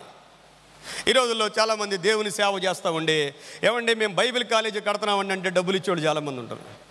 కాలేజీలు కడుతున్నామండి, హాస్పిటల్ కడుతున్నామండి, అవి చేస్తున్నాం, ఈ చేస్తున్నామని పబ్లిక్గా టీవీలో అనౌన్స్మెంట్లు కూడా మనం చూస్తూ ఉంటాం. పాత నిబంధన గ్రంథంలో లేవీలకి ఏ ఉద్యోగాలు లేవు, ఇంకా ఏ ఉద్యోగాలు లేవు. వాళ్ళ పని ఏంటి? వాళ్ళ పని పూర్తిగా దేవుణ్ణి ఆరాధించడం, దేవునికి ప్రజలకు మధ్యలో ఉండి మధ్యవర్తిత్వం చేయడం, వాళ్ళ కోసం బలులు అర్పించడం. ప్రత్యక్ష గుడారంలో ఉన్న పనంతా కూడా వారిదే. ప్రియమైన దేవుని బిడ్డలారా, ప్రత్యక్ష గుడారం యొక్క పని చాలా పెద్ద పని అండి. అది చిన్న పని కాదు. ఒక విధంగా చెప్పాలంటే మిగిలిన వారికి ఉన్న పని అంతటి కంటే లేవీయుల యొక్క పని చాలా ఎక్కువ. ఈరోజు మనం చదివిన దాంట్లో వాళ్ళు ఏం చేయాలంటే, ప్రత్యక్ష గుడారం అంటే ప్రత్యక్ష గుడారము దేవుని యొక్క ఆ యొక్క మేఘము దిగేది, దేవుని మహిమ ఆ ప్రత్యక్ష గుడారం మీద ఉండేది. ఎంతకాలమైతే దేవుని యొక్క ఆ మేఘము ఆ ప్రత్యక్ష గుడారం మీద ఉంటుందో ఇశ్రాయేలు ప్రజలు అక్కడ ఆగిపోయేవాళ్ళు. ఎప్పుడైతే ఆ మేఘము పైకెత్తబడుద్దో వాళ్ళు లేచి ముందుకు సాగేవారు. కాబట్టి లేచి ముందుకు సాగాలి అంటే ఆ ప్రత్యక్ష గుడారాన్ని విప్పాలి. ప్రత్యక్ష గుడారాన్ని ఎవరు విప్పాలి అంటే లేవీయులే విప్పాలి. విప్పిన ప్రత్యక్ష గుడారాన్ని దేవుడు చెప్పిన విధంగా మోసుకొని వెళ్ళాలి. ఎవరెవరు ఏ వస్తువులు మోయాలో కూడా దేవుడే చెప్పాడు. అంటే లేవీ గోత్రం అంటే లేవీకి మళ్ళా ముగ్గురు కుమారులు, గెర్షోను, కహాతు, మెరారి. మళ్ళా వీళ్ళకి మళ్ళా సంతానం. ఎవరెవరు ఏ పని చేయాలో దేవుడు చాలా క్లియర్గా స్పష్టంగా తెలియజేశాడు. ఎవరి పని వాళ్ళే చేయాలి, ఒకళ్ళ పని ఇంకొకరు చేయడానికి వీల్లేదండి. దేవుడు ఎవరిని ఏ వస్తువులు మోయమంటే వాళ్ళు మాత్రమే ఆ వస్తువులు మోయాలి. వేరే వాళ్ళు ఆ పనిలోకి కనీసం టచ్ చేయడానికి కూడా అర్హత లేదు. లేవీలు చేయాల్సిన పని ఏంటంటే ఆ ప్రత్యక్ష గుడారాన్ని విప్పాలి. విప్పిన తరువాత ఆ ప్రత్యక్ష గుడారాన్ని మోసుకొని వెళ్ళాలి. మళ్ళా వీళ్ళు వచ్చేలోపు ఎక్కడైతే దేవుని మేఘమాగిందో అక్కడ ప్రత్యక్ష గుడారాన్ని మళ్ళా వాళ్ళు వెయ్యాలి. ఆ తర్వాత బలులు అర్పించడం, ప్రజల పక్షంగా చేయవలసిన పనులన్నీ కూడా లేవీ గోత్రం వాళ్ళు చేయాలి. ప్రియమైన దేవుని బిడ్డలారా, కాబట్టి ఈ రోజున దేవుని యొక్క వాక్యంలో దేవుని కొరకు మనం నిలబడాలి అంటే దేవుని కొరకు మనం నిలబడాలి అంటే ఫస్ట్ ఎక్కడి నుంచి పోవాలి? పాపం అనేది మన ఇంట్లో నుండి పోవాలి. మానవునికి ఉన్న గొప్ప బలహీనత ఏంటంటే మన ఇంట్లో ఎన్ని పాపాలు ఉన్నా మన కంటికి కనపడవు. మీరు ఎప్పుడైనా చూడండి, మనిషి వేరే వాళ్ళ గురించి మాట్లాడుతూ ఉంటాడు, వేరే వాళ్ళ పిల్లల గురించి మాట్లాడుతూ ఉంటాడు, ఎదుటి వాళ్ళలో ఉన్న తప్పుల గురించి మాట్లాడుతూ ఉంటాడు. అందుకు ప్రభువు అన్నారు, నీ కంటిలో దూలముండగా ఎదుటివాని కంటిలో ఉన్న నలుసును నీవు చూడనేలా అన్నాడు. మీరు జ్ఞాపకం చేసుకోండి. మనమైనా అంతే. మనం నీతిమంతులమో కాదో అనడానికి ఒక క్వశ్చన్ మార్క్ ఉంటుందండి. మనం నీతిమంతులమో కాదో అనేది దేవుడు మనకే ఒకటి ఇచ్చాడు. మనం ఇతరుల్లో ఉన్న తప్పులు ఎంచుతున్నామంటే అర్థం ఏంటంటే మనలో దూలం ఉంది ఒకటే అంటే. మనకి ఎదుటి వాళ్ళలో తప్పులు కనపడడం లేదు. ఎందుకు కనపడలేదంటే మనలో ఏ తప్పు లేదు కాబట్టి. ఒకటే సాదృశ్యం. ప్రభువారన్న మాట ఇది, నీ కంటిలో ఉన్న దూలమును నీవు ఎంచక. మీరు ఎవరైనా చూడండి, ఎక్కువ విమర్శించే వాళ్ళు మనకు కనపడతా ఉంటారు. ఎక్కువ ఎవరు విమర్శిస్తారంటే ఎవరిలో అయితే ఎక్కువ తప్పులు ఉంటాయో వాళ్ళే ఎక్కువ విమర్శిస్తారండి. బైబిల్ గ్రంథంలో యేసుక్రీస్తు ప్రభువు యొక్క తండ్రి యోసేపు గురించి వ్రాయబడిన మాట ఏంటంటే యోసేపు నీతిమంతుడై ఉండి అనే మాట ఉంటుంది. ఎందుకు యోసేపు నీతిమంతుడంటే తన భార్యను అవమానపరచనొల్లక. ఆమె గర్భవతిగా ఉంది. లోకరీతిగా అయితే ఎవరు కూడా ఊరుకోరు. ప్రదానం చేయబడింది ఆమె. అయినా సరే ఆమెను అవమానపరచలేదు. అంటే తను నీతిమంతుడు. నీతిమంతుడికి అందరూ కూడా నీతిగానే కనపడతారు. ఒకవేళ మనం ఎవరినైనా విమర్శిస్తున్నామంటే, విమర్శించే దురాత్మ ఉందంటే మనల్ని మనం సరిచేసుకోవలసిన అవసరత ఎంతైనా ఉన్నది. దేవుడి పని చేయాలి అంటే మొట్టమొదటిగా మన కుటుంబం. మీరు జ్ఞాపకం చేసుకోండి, మన కుటుంబం. మన కుటుంబం. నేను నా కుటుంబం. ముందు నన్ను బాగు చేసుకోవాలి. ఎవరైనా సరే దేవుని కొరకు నేను వాడబడాలి అంటే ఫస్ట్ నేను అనే దాంతో స్టార్ట్ అవ్వాలి. నన్ను నేను బాగు చేసుకోవాలి. దేవుణ్ణి అడగాలి, ప్రభువా నన్ను సరిచేయి, మొట్టమొదటిగా నన్ను సరిచేయి. నాలో ఉన్న బలహీనతలేంటో నేను తెలుసుకోవడానికి సహాయం చేయి, నాలో ఉన్న బలహీనతలను విడిచిపెట్టడానికి సహాయం చేయి అని దేవుని సన్నిధిలో అక్కడ నుండి మన ఆత్మీయ జీవితం ప్రారంభం అవ్వాలి. ప్రియమైన దేవుని బిడ్డలారా, మనల్ని మనం బాగు చేసుకోకుండా, మన కుటుంబాన్ని మనం బాగు చేసుకోకుండా మనం ఈ ప్రపంచంలో దేవుని కొరకు మనం అసలు ఎందుకు కూడా మనం ఉపయోగపడము అనే సంగతిని మనం జ్ఞాపకం చేసి నేనేదో దేవుడి పని చేసేయాలి, ఏదో చేయాలి కాదు, ఏదో చేయక్కర్లా. ముందు మనల్ని మనం సరి చేసుకోగలిగితే, మన కుటుంబాన్ని మనం సరి చేసుకోగలిగితే దేవుడు మనల్ని వాడుకోవటం ప్రారంభిస్తాడు. ప్రియమైన దేవుని బిడ్డలారా, ఆ తర్వాత వచనాల్లో మనం చదువుతాం, ఇశ్రాయేలు ప్రజలు ప్రత్యక్ష గుడారం చుట్టూ దిగాలి. ప్రత్యక్ష గుడారం చుట్టూ ఎవరు ఏ దిక్కున దిగాలి, ఎక్కడ పడితే అక్కడ దిగడానికి లేదు, ఎక్కడ పడితే అక్కడ నివాసం ఉండడానికి లేదు. ఆత్మీయ జీవితం అనేది ఒక క్రమశిక్షణతో కూడింది. ఎవరి లైన్లో వాళ్ళు ఉండాల్సిందే, ఎవరి బాధ్యత వాళ్ళు చేయాల్సిందే. అందుకే దేవుని సేవలో దేవుడు మనల్ని పిలిచిన పిలిపేంటో మనం తెలుసుకోవాలి. సామాన్యంగా కింద కూర్చున్న వాళ్ళకి పాటలు పాడితే బాగుండి ఉంటుంది, పాటలు పాడే వాళ్ళకి ఆరాధన చేస్తే బాగుండని ఉంటుంది, ఆరాధన చేసే వాళ్ళకి వాక్యం చెప్తే బాగుండని ఉంటుందండి. అసలు దేవుని పిలిపేంటి, మన పిలిపేంటి అనేది మనం తెలుసుకోగలిగితే ఆత్మీయ జీవితంలో దేవుడు మనల్ని బహుబలంగా వాడుకుంటాడు. ప్రియమైన దేవుని బిడ్డలారా, ఇప్పుడు ఏంటంటే ఒకళ్ళని చూసి ఒకళ్ళు ఇమిటేట్ చేస్తూ ఉన్నారు. నేను అలాగైపోవాలి, నేను ఇలాగైపోవాలి, ఇలాగైపోవడం కాదు. దేవుని యొక్క పిలుపు అనేది మన జీవితంలో ఖచ్చితంగా మనకు ఉండాలి. ఈరోజు మనం చదివిన సువార్తల్లో మత్తయి సువార్త 10వ అధ్యాయములో, మత్తయి సువార్త 10వ అధ్యాయము మొదటి వచనం నుండి మనం చదివినప్పుడు, ఆయన తన 12 మంది శిష్యులను పిలిచి అపవిత్రాత్మలను వెళ్ళగొట్టుటకును, ప్రతి విధమైన రోగమును ప్రతి విధమైన వ్యాధిని స్వస్థపరచుటకును వారికి అధికారం ఇచ్చెను. ఆ 12 మంది అపోస్తుల పేర్లు ఏమనగా, ఏమా తెలుసా మీకు 12 మంది అపోస్తుల పేర్లు? 12 గోత్రాలు, 12 మంది అపోస్తులు. తెలుసుకోవాలి మనం, తెలుసుకోండి అమ్మా. ఎందుకంటే మనకు బైబిలే మనకు ఆధారం కనుక. పేతురు ఆయన సహోదరుడైన ఆంద్రేయ, యోహాను ఆయన సహోదరుడైన యాకోబు. మొదటి రోలో 4 ఉంటారు. మొదటి రోజుల్లో 2 అన్నదమ్ములు, పేతురు, ఆంద్రేయ, యోహాను, యాకోబు. కిందకు వచ్చేసరికి ఫిలిప్పు, బర్తలమయి, మత్తయి, తోమ. ఫిలిప్పు, బర్తలమయి, మత్తయి, తోమ. కిందకు వచ్చేసరికి ఒక సీమోను ఉంటాడు, ఇంకో యాకోబు ఉంటాడు. 2 యోధాలు, ఒక ఆయన ఇస్కరియోతు యోధా, ఇంకొక యోధా పేరు ఆయనే లెబ్బయి, లేకపోతే తద్దయి. గుర్తుపెట్టుకోండి, మొత్తం 12 మంది 3 రోజుల్లో ఉంటారనమాట. దేవుడు 12 మందిని ఎన్నుకున్నాడు. 12 మంది అపోస్తుల్ని దేవుడు ఎన్నుకున్నాడు. ఈ 12 మంది అపోస్తుల్లో చాలా విచిత్రం ఏంటంటే, ఇందులో ఒక్క శాస్త్రి లేడు, ఒక్క పరిసయ్యుడు లేడు, ఒక్క అధికారి లేడు. ఈ లోకరీతిగా ఎన్నుకోబడిన గనుడైన ఒక్కళ్ళకు కూడా లేరు. ప్రియమైన దేవుని బిడ్డలారా, చాలా విచిత్రం. అసలు యేసుక్రీస్తు ప్రభు యొక్క జీవిత చరిత్రను మనం ఆలోచన చేస్తూ ఉండంటే, ఒక పక్కనేమో దేవాలయం ఉంది. ఏమో మీరు ఆలోచన చేయండి, ఒక పక్కన దేవాలయం ఉంది, దేవాలయంలో నిరంతరము ఆరాధనలు జరుగుతూ ఉన్నాయి. ఆ దేవాలయంలో శాస్త్రులు, పరిసయ్యులు, ప్రధాన యాజకులు అనేక మంది ఉన్నారు. లోకంలో ఘనమైన సేవ దేవాలయంలో జరుగుతూ ఉంది. ఇంకొక పక్కన యేసు ప్రభు ఉన్నాడు. యేసు ప్రభు, ఆయనతో పాటు 12 మంది శిష్యులు. చూసారా, యేసు ప్రభు పోరాటం ఎవరితో? ఈ దేవాలయంతోనే. ఈ దేవాలయంలో ఉన్న అధికారులతో యేసు ప్రభు పోరాటం. యేసు ప్రభుని వ్యతిరేకించింది ఎవరు? ప్రజలెవరూ కాదు.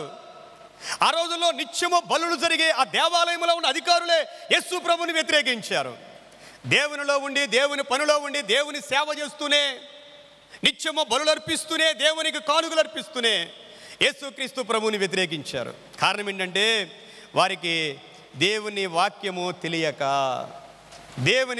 తెలియక ప్రభువును వ్యతిరేకించారు. యేసు ప్రభు 12 మందిని ఎన్నుకున్నాడు. ఆ 12 మంది కూడా ఏ మాత్రం కూడా ఈ లోకంలో పేరు ప్రఖ్యాతులు లేవు. అందులో ప్రాముఖ్యంగా 6 బేత్సయిదా వారే, ఎక్కువ మంది చేపలు పట్టేవారే. దేవుడు వారిని ఎన్నుకున్నాడు. దేవుడు ఎవరిని ఎందుకు ఎన్నుకుంటాడు? మార్కు సువార్త 3వ అధ్యాయము 13-14 వచనాల్లో మార్కు సువార్త 3వ అధ్యాయము 13-14 వచనాలు. ఆయన కొండెక్కి తనకిష్టమైన వారిని పిలువగా వారు ఆయన వద్దకు వచ్చిరి.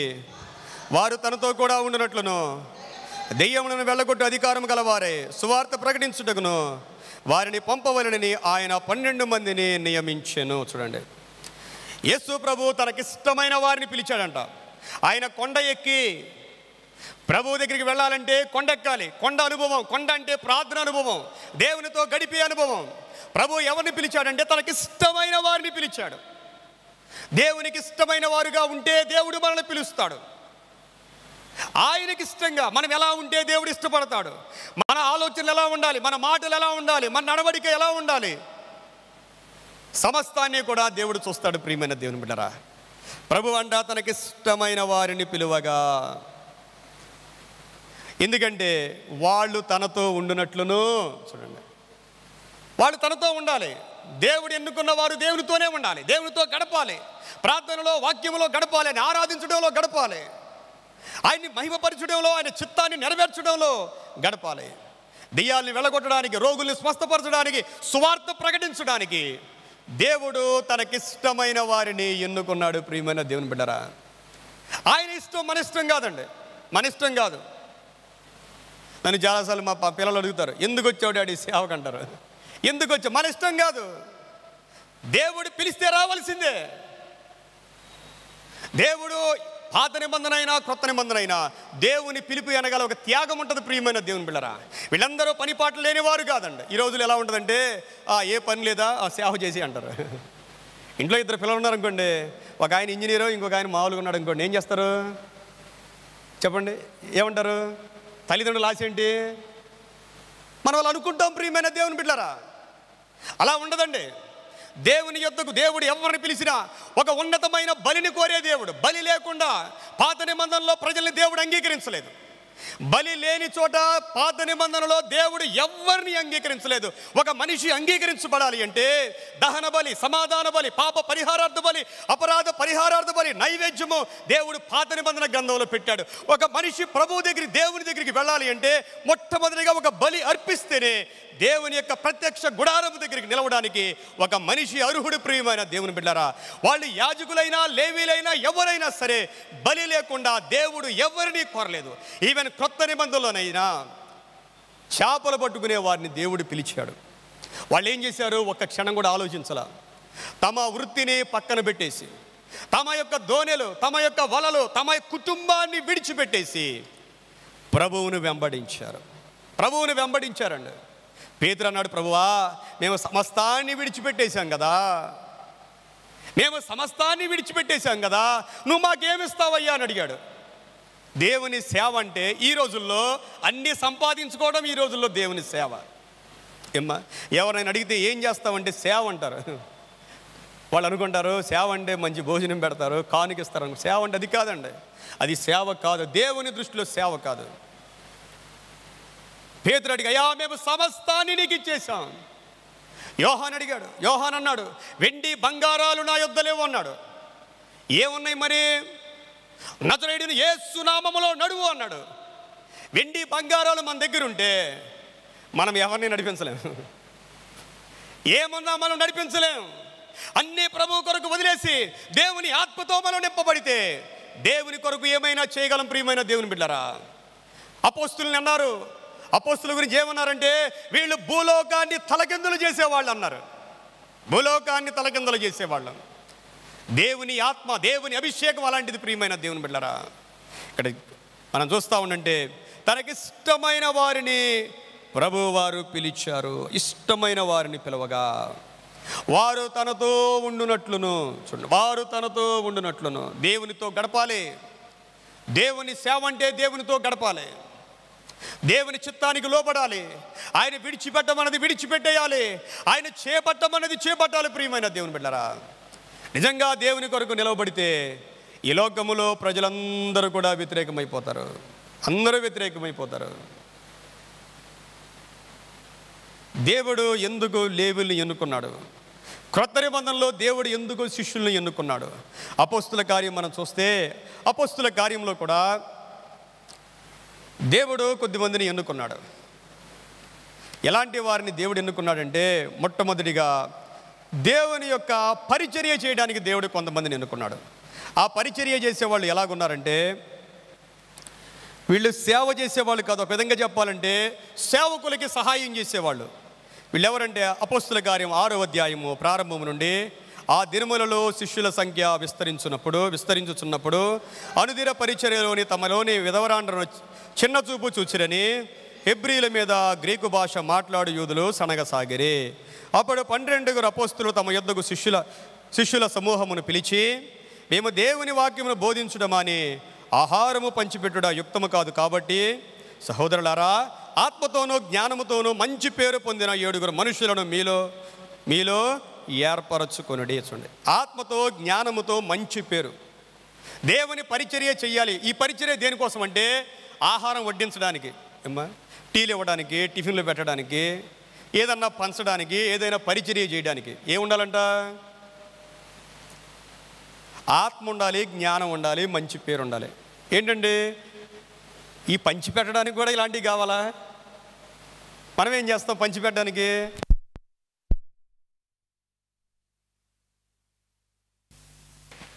దేవుడు అలా కోరలేదండి. దేవుడి పని చిన్న పని చేయాలన్నా, అసలు చివరికి ఓడవాలన్నా, మందిరం ఓడవాలన్నా సరే, ఏ చిన్న పని చేయాలన్నా, మందిరంలో ఒక చిన్న పని చేయటం అనేది అది గొప్ప భాగ్యం. ప్రియమైన దేవుని బిడ్డలారా, అది అందరికీ దొరికే పని కాదు. అది చాలామంది తక్కువగా ఎంచుతారు. చాలా చోట్ల ఏం చేస్తారంటే, పెద్ద పెద్ద ఉద్యోగస్తులు బయట చెప్పులు సదరడానికి ఉంటారండి.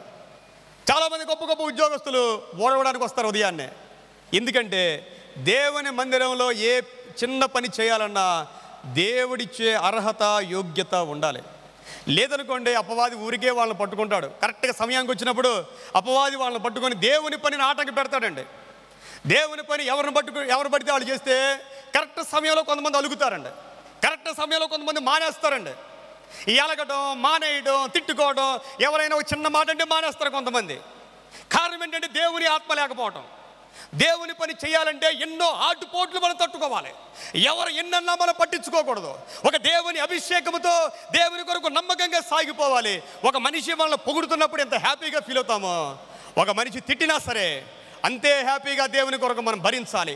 అప్పుడు మాత్రమే మనం దేవుని పని చేయగలం. ప్రియమైన దేవుని బిడ్డలారా, దేవుని మందిరం ఒక చిన్న పని చేయడానికి, నీళ్లు పోయడానికి, ఆహారం వడ్డించడానికంట దేవుని ఆత్మ ఉండాలంట, దేవుని జ్ఞానం ఉండాలంట, మంచి పని ఉండాలంట.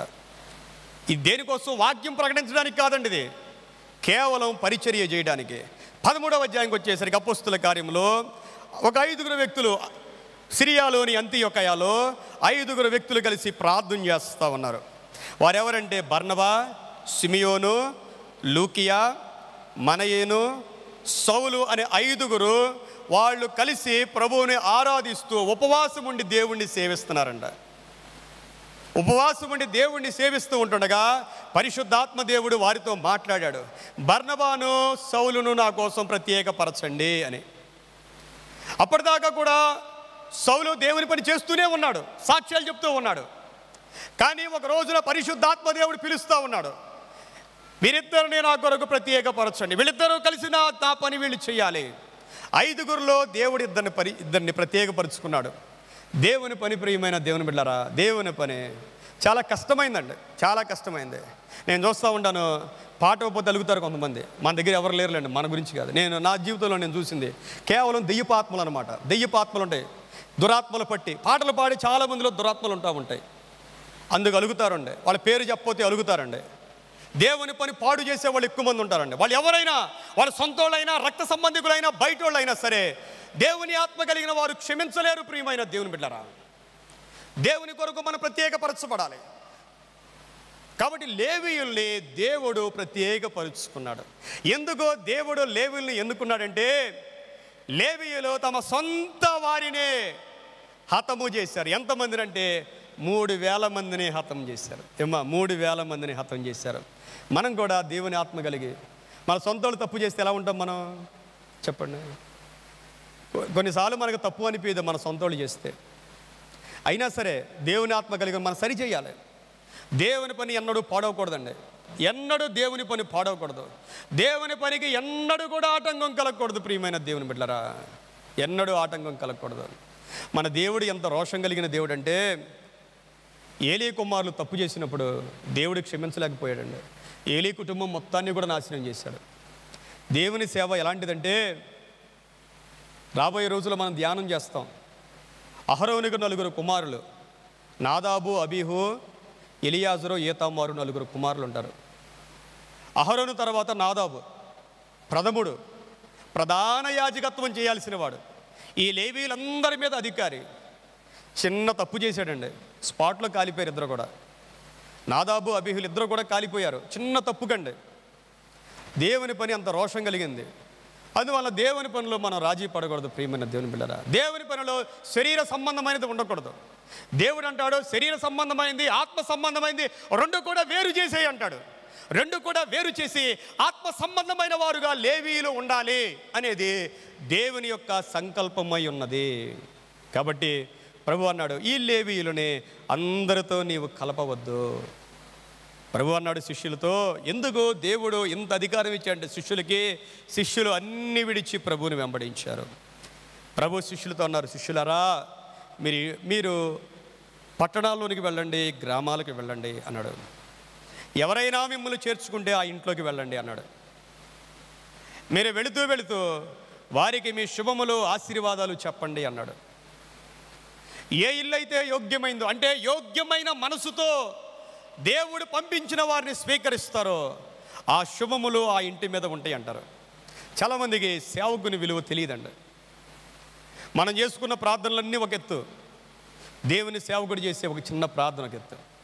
ఏమక్కర్లా, ప్రభు అన్నాడు, ఇంట్లోనికి వెళ్ళి ఇంటి వారికి శుభం చెప్పు అన్నాడు. అంతే, ఇంటిలోనికి వెళ్ళి ఇంటి వారికి శుభం చెప్పు. ఒక గంటల ప్రార్థన కూడా చేయక్కర్లా, అడుగు పెడితే చాలు. అందుకే సువార్త సేవ చేయువారి పాదములు పర్వతముల మీద ఎంతో సుందరమై ఉన్నవి అని మనం చదువుతాం. కాబట్టి దేవుడు అంత ఆధిక్యత ఇచ్చాడు. ప్రియమైన దేవుని బిడ్డలారా, మనం కూడా ఈరోజు మనం చదివిన కీర్తనల 4వ కీర్తనలో చదువుకొని మనం ముగించుకుందాం. 4వ కీర్తనలో ప్రభు అన్నాడు, కీర్తనలు 4వ కీర్తన 3వ వచనంలో,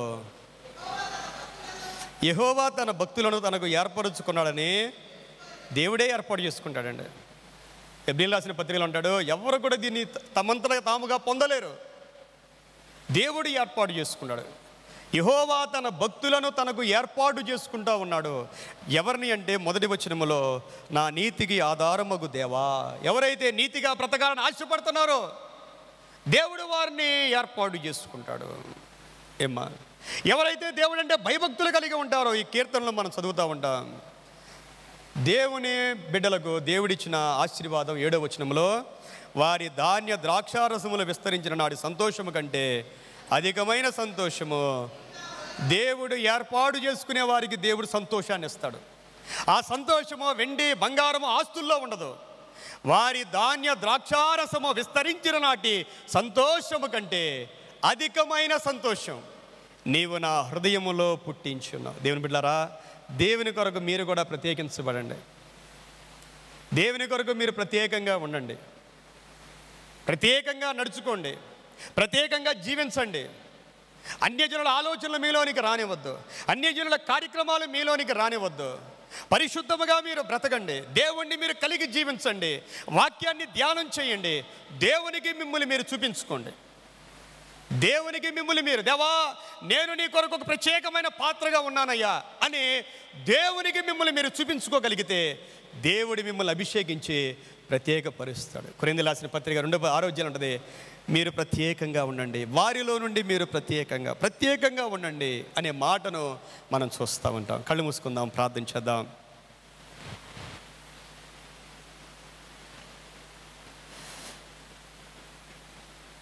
ప్రియమైన దేవుని బిడ్డలారా, ప్రభువు నిన్ను ఎన్నుకున్నాడు. అమ్మా, ప్రభువు నిన్ను ఎన్నుకోబట్టే ఈరోజు నువ్వు మందిరానికి వచ్చావు. నువ్వు ఏ స్థితిలో ఉన్నా ప్రభువు నిన్ను ప్రేమిస్తున్నాడు. నువ్వు ఎలాంటి స్థితిలో ఉన్నా ప్రభువుకు నువ్వు కావాలి. నిన్ను ప్రత్యేకంగా ఉండమని ప్రభు కోరుకుంటా ఉన్నాడు, ఎదురు చూస్తూ ఉన్నాడు. లోకంలో కలిసిపోవద్దు, భక్తిహీనులతో కలిసిపోవద్దు, ఆచారాల్లో కలిసిపోవద్దు, ప్రత్యేకంగా దేవునికి కనపడదాం. అలాంటి కృప దేవుడు మనకు దయచేస్తాడు. ప్రభువా, నీకు వందనాలు చెల్లిస్తూ ఉన్నాము నాయనా. నువ్వు ప్రత్యేకించుకునే దేవుడవు నాయనా. అయ్యా తండ్రి, వెలుగును ప్రత్యేకపరిచావు చీకటి నుండి. నీ బిడ్డలైన వారిని ప్రత్యేకపరుచుకున్నావు. ఇక్కడున్న ప్రతి ఒక్కరిని కూడా నువ్వు ప్రత్యేకపరుచుకోనైనా. నీ నామ మహిమ కొరకు ప్రత్యేకపరుచుకోనైనా. దేవా, నువ్వు అభిషేకించుకోనైనా. నువ్వు వాడుకోండి నాయనా. ఘనకార్యములు జరిగించండి నాయనా. ఏ విధంగా ఆది అపోస్తుల ద్వారా దెయ్యాలు వెళ్ళిపోయినాయో, రోగులు స్వస్థపడ్డారో, అద్భుతాలు జరిగినాయో, ఇక్కడున్న మాలో ప్రతి ఒక్కరిని ప్రత్యేకపరుచుకొని అయ్యా తండ్రి, అలాంటి ఘనకార్యాలు నీ నామపక్షంగా మా ద్వారా జరగడానికి వాడుకోండి తండ్రి. సమస్త మహిమ నీకు కలుగునుగాక. విన్న వాక్యము మాలో ఫలింపచేయమని యేసుక్రీస్తు వారి పరిశుద్ధ నామంలో వేడుకొని ప్రార్థిస్తున్నాను తండ్రి. ఆమేన్. సమస్త జ్ఞానమునకు మించిన దేవుని సమాధానము యేసుక్రీస్తు వలన మన హృదయములకును తలంపులకును కావలయుండును గాక. ఆమేన్. ఈ ప్రత్యేక సమయంలో మరి కానుకలు స్వీకరించవలసిందిగా మన ట్రెజరర్ గారిని, వారి బృందాన్ని ఆహ్వానిస్తూ ఉన్నాం.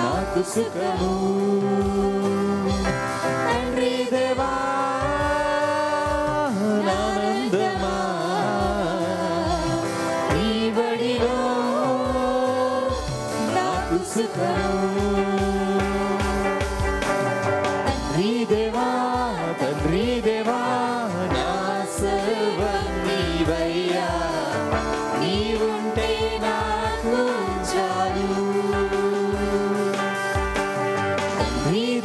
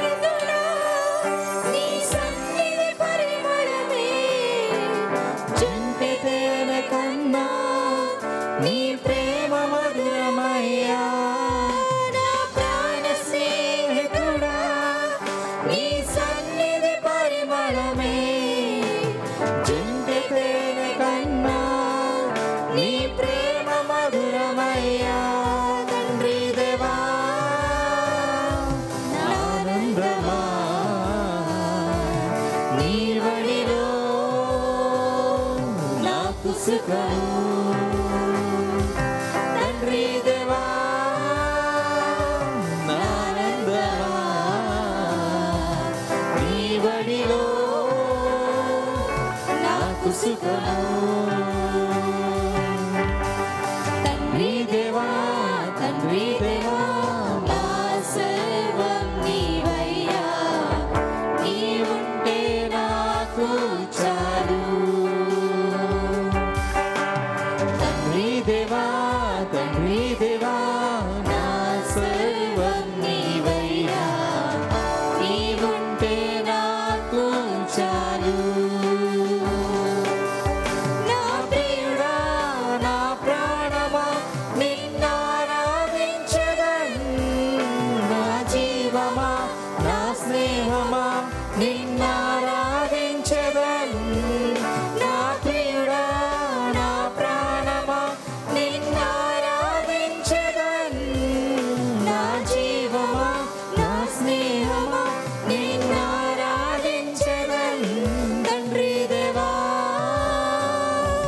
నానందమా నీ బడిలో నాకు సుఖము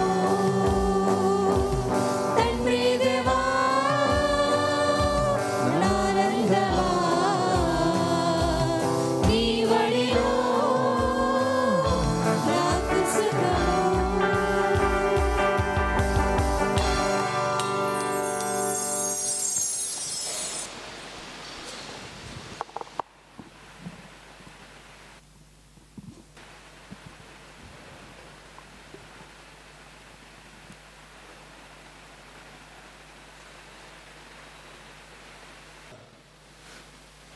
నీవు ఆశీర్వదించిన ఆశీర్వాదానికి కృతజ్ఞతగా నీ సన్నిధానములో నీకు సమర్పించిన ఈ శ్రేష్టమైన కానుకలు దశమ భాగములో ప్రథమ ఫలముల కొరకు వందనాలు.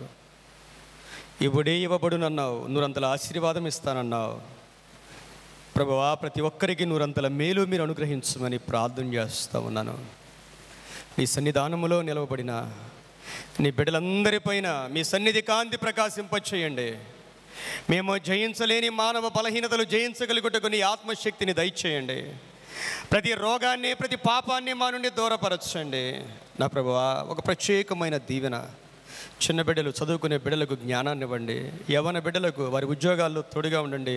వివాహమైన బిడ్డలకు నాయన కావలసిన కృపనివ్వండి. వివాహాల కొరకు ఎదురు చూస్తున్న బిడ్డలకు మంచి మేలు వారి జీవితాల్లో మీరు అనుగ్రహించండి. పెద్దలకు మంచి ఆరోగ్యాన్ని ఇవ్వండి నాయన. తండ్రి, నీకు స్తోత్రాలు చెల్లిస్తూ ఉన్నాం. యేసు నామములో ప్రతి ఒక్కరి హృదయ కోరిక తీరునుగాక. అడుగు వాటికంటే ఊహించు వాటికంటే మేలులు ప్రతి ఒక్కరి జీవితంలో కలుగునుగాక. సమస్త మహిమ నీకు ఆరోపిస్తూ యేసయ్య నామములో వేడుకను ప్రార్థిస్తూ ఉన్నాము తండ్రి, ఆమేన్.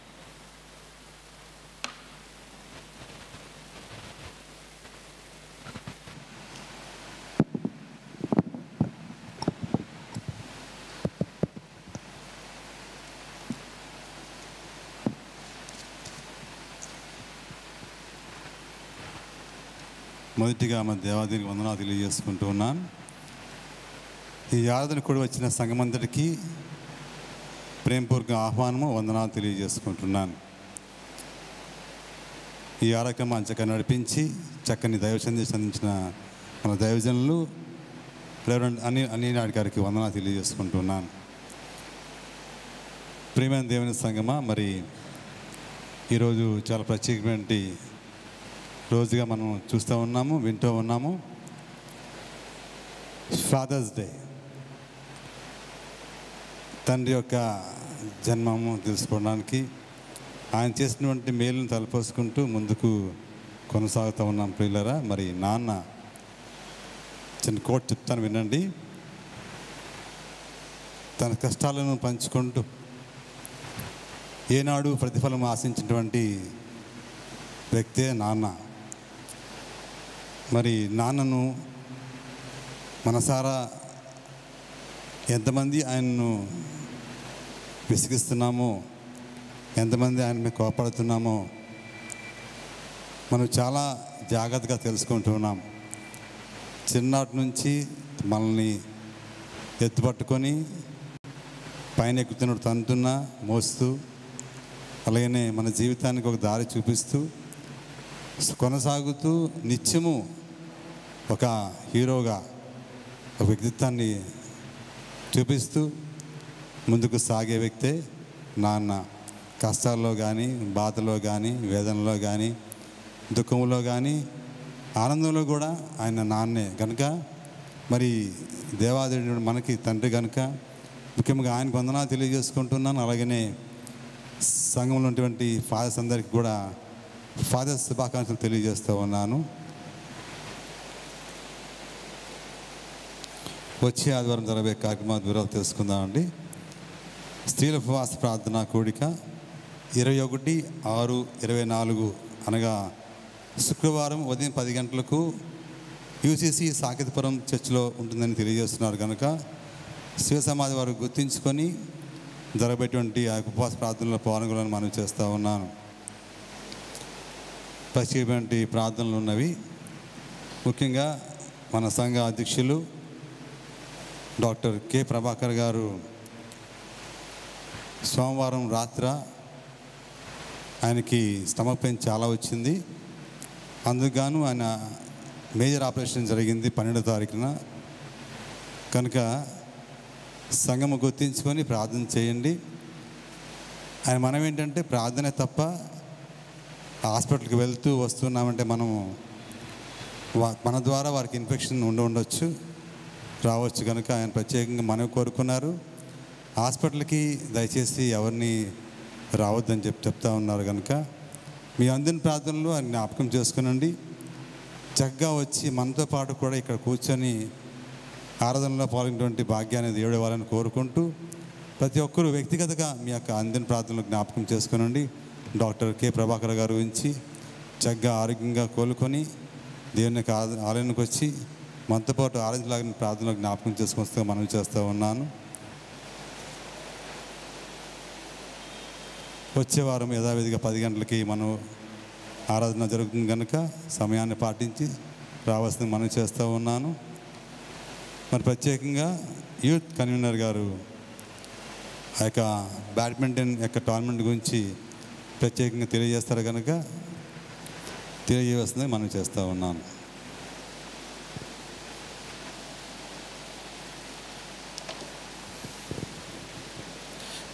ముందుగా దేవునికి వందనాలు చెల్లిస్తున్నానండి.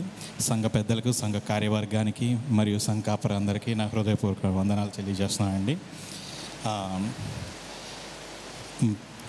చిన్న ఇంట్రాక్షన్ ప్రోగ్రామ్ రీత్యా మండే రేపు 17న పురుషోత్పురం దగ్గర బ్యాడ్మింటన్ అకాడమీ ఉందండి. అక్కడ మొత్తం యూత్ అనే కాదు, సంఘ సభ్యులు అందరూ ఎవరైతే ఇంట్రెస్ట్ ఉన్నారో వాళ్ళందరూ బ్యాడ్మింటన్ గేమ్ మేము కండక్ట్ చేస్తున్నాం. ఇంట్రెస్ట్ ఉన్న వాళ్ళందరూ దాంట్లో పాల్గొని ఈ ప్రోగ్రామ్ సక్సెస్ చేయాలని కోరుకుంటున్నామండి. రేపు 17న జూన్ 17న మార్నింగ్ 10 o'clock నుంచి స్టార్ట్ అవుతుందండి. మీకు నేను రిజిస్ట్రేషన్ ఫామ్స్ మీకు పంపిస్తాను. ఇంట్రెస్టెడ్ ఉన్న వాళ్ళందరూ ఒకసారి మమ్మల్ని కలిసినట్లయితే యూత్ మెంబర్స్ని, వారందరి దగ్గర రిజిస్ట్రేషన్ లింక్ ఉందండి. ఆన్లైన్లోనే మీరు రిజిస్టర్ అవ్వచ్చు. మీరు ఇంట్రెస్ట్ ఉన్న ప్రతి ఒక్కళ్ళు మీ సమ్మతిని తెలియజేయాల్సిందిగా కోరుకుంటున్నాను.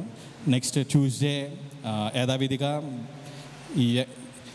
యంగ్ బైబిల్ స్టడీ ఉంటుంది, యూత్ బైబిల్ స్టడీ. అది సేమ్ 7 to 8 ఉంటుందండి. మెయిన్ చర్చ్లో జరుగుతుంది యథావిధిగా అది కూడా. అండ్ ఆఖరిగా నించున్న ప్రతి ఒక్క తండ్రికి నేను ఫాదర్స్ డే శుభాకాంక్షలు తెలియజేస్తున్నాను అండి. ఇది కోట్ అని కాదు, కానీ ఇది నా జీవితంలో చూసిన ఒక చిన్న అనుభవాన్ని మీతో చెప్తున్నాను. బాధ్యత బరువై ముందుకు వెళ్తున్నప్పుడు దాని బరువుగా కాకుండా చిరునవ్వుతో దాన్ని మోసుకుంటూ వెళ్తున్న వాడే తండ్రి. తన బాధను తెలియజేయకుండా, తన కష్టాన్ని చూపించకుండా ఎల్లవెల్లలా మనల్ని నవ్విస్తూ, గుండెల మీద మనం తంతున్న ఆ నొప్పిని భరిస్తూ, ఆ గుండెలపై నుంచి భుజాల మీద ఎత్తుకొని ఈ లోకాన్ని చూపించేవాడే తండ్రి. ఆ తండ్రులందరికీ నా హృదయపూర్వక తండ్రి శుభాకాంక్షలు తెలియజేస్తున్నాను. Thank you. చక్కని అనుభవంతో మాట్లాడినటువంటి యూత్ కన్వీనర్కి సంఘం తరపున అభినందన తెలియజేస్తూ ఉన్నాను. మీరు చక్కగా పాట వినిపించినటువంటి ఉమ్మడి సమాజ వారికి వందనాలు. దయచేసి మా యొక్క ఎగ్జిక్యూటివ్ బాడీ ఒక మనవి, ముందుగా వచ్చి ప్రాక్టీస్ చేసుకున్న తర్వాత పాటలు పాడండి. ఎందుకంటే ఒకరు స్వరం ఇంకో స్వరంగా ఉంది కనుక కలిసి పాడండి, బాగుంటుంది. అది ప్రతి థర్డ్ వీక్ మీకు ఛాన్స్ ఇవ్వబడుతుంది కనుక సంఘం గుర్తించుకొని ఆ యొక్క ఉమెన్ సమాజ్ వంద కూడా ప్రేమకు వందనాలు తెలియజేసుకుంటున్నాను. అలాగనే యంగ్ హాస్పిటల్స్ వారికి వందనాలు, చక్కని పాటలు వినిపించినందుకు. సో ఈ మాటలు ముగిస్తున్నాను. అందరికీ నా వందనాలు తెలియజేసుకుంటూ అందరికీ థ్యాంక్ యూ అని ఆల్.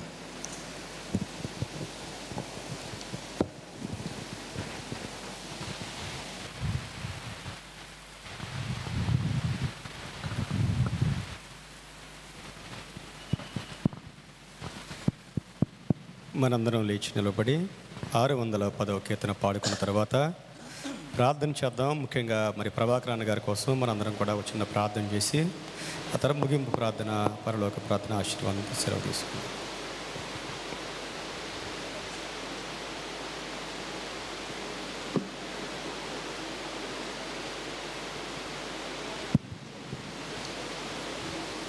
ఇంకో ప్రత్యేకమైన ప్రార్థన విజ్ఞాపన కోరి ఉన్నారండి మన సంఘ సభ్యులు సతీష్ అండ్ అనుష యొక్క కుమారుడు శ్రేయాంశ్, 9 months బేబీ. ఆయన హాస్పిటల్లో అడ్మిట్ అయ్యారని తెలియజేస్తున్నారు బ్లడ్ ఇన్ఫెక్షన్ కారణంగా. కనుక ఆఖరి ప్రార్థనలు మీ ప్రార్థనలో ఎత్తుపట్టుకొని మీరందరూ కూడా వ్యక్తిగతంగా బిడ్డ గురించి ప్రార్థన చేయండి. శ్రేయాంశ్ ఆ యొక్క చక్క బిడ్డను ఆరోగ్యంగా ఉండడానికి, అలాగనే దేవునికి సన్నిధి తీసుకోవడానికి కోరుకోవాలని కోరుకుంటూ ప్రార్థన చేయవలసింది మనం చేస్తూ ఉన్నాను.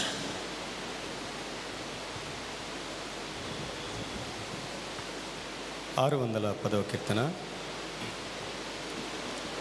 మనం అందరం ఆంధ్ర క్రైస్తవ కీర్తన నుంచి 610వ కీర్తన పాడుకుందామండి. ప్రభువా మమ్మను దీవించి పాపముని కృపనందించి అభివందనములు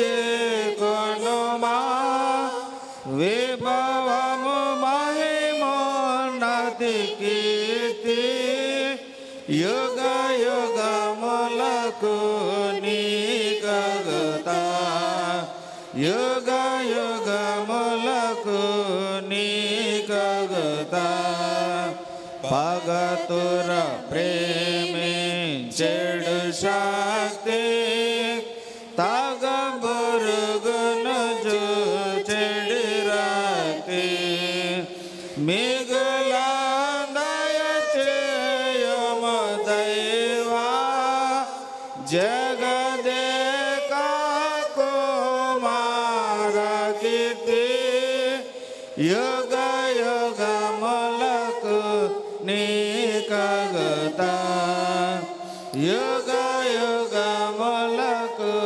నీకగుతా గుడిలో వినిన వాక్యము మా గుండెల బదిలమ చేయగను గుడి బయటను నాచారములో నడువగా దోడ్పడుమో కీర్తి యుగ యుగములకు నీకగుతా యుగ యుగములకు నీకగుతా క్రైస్తవ మైత్రిని సంగములో విస్తరణము చేయగనేమా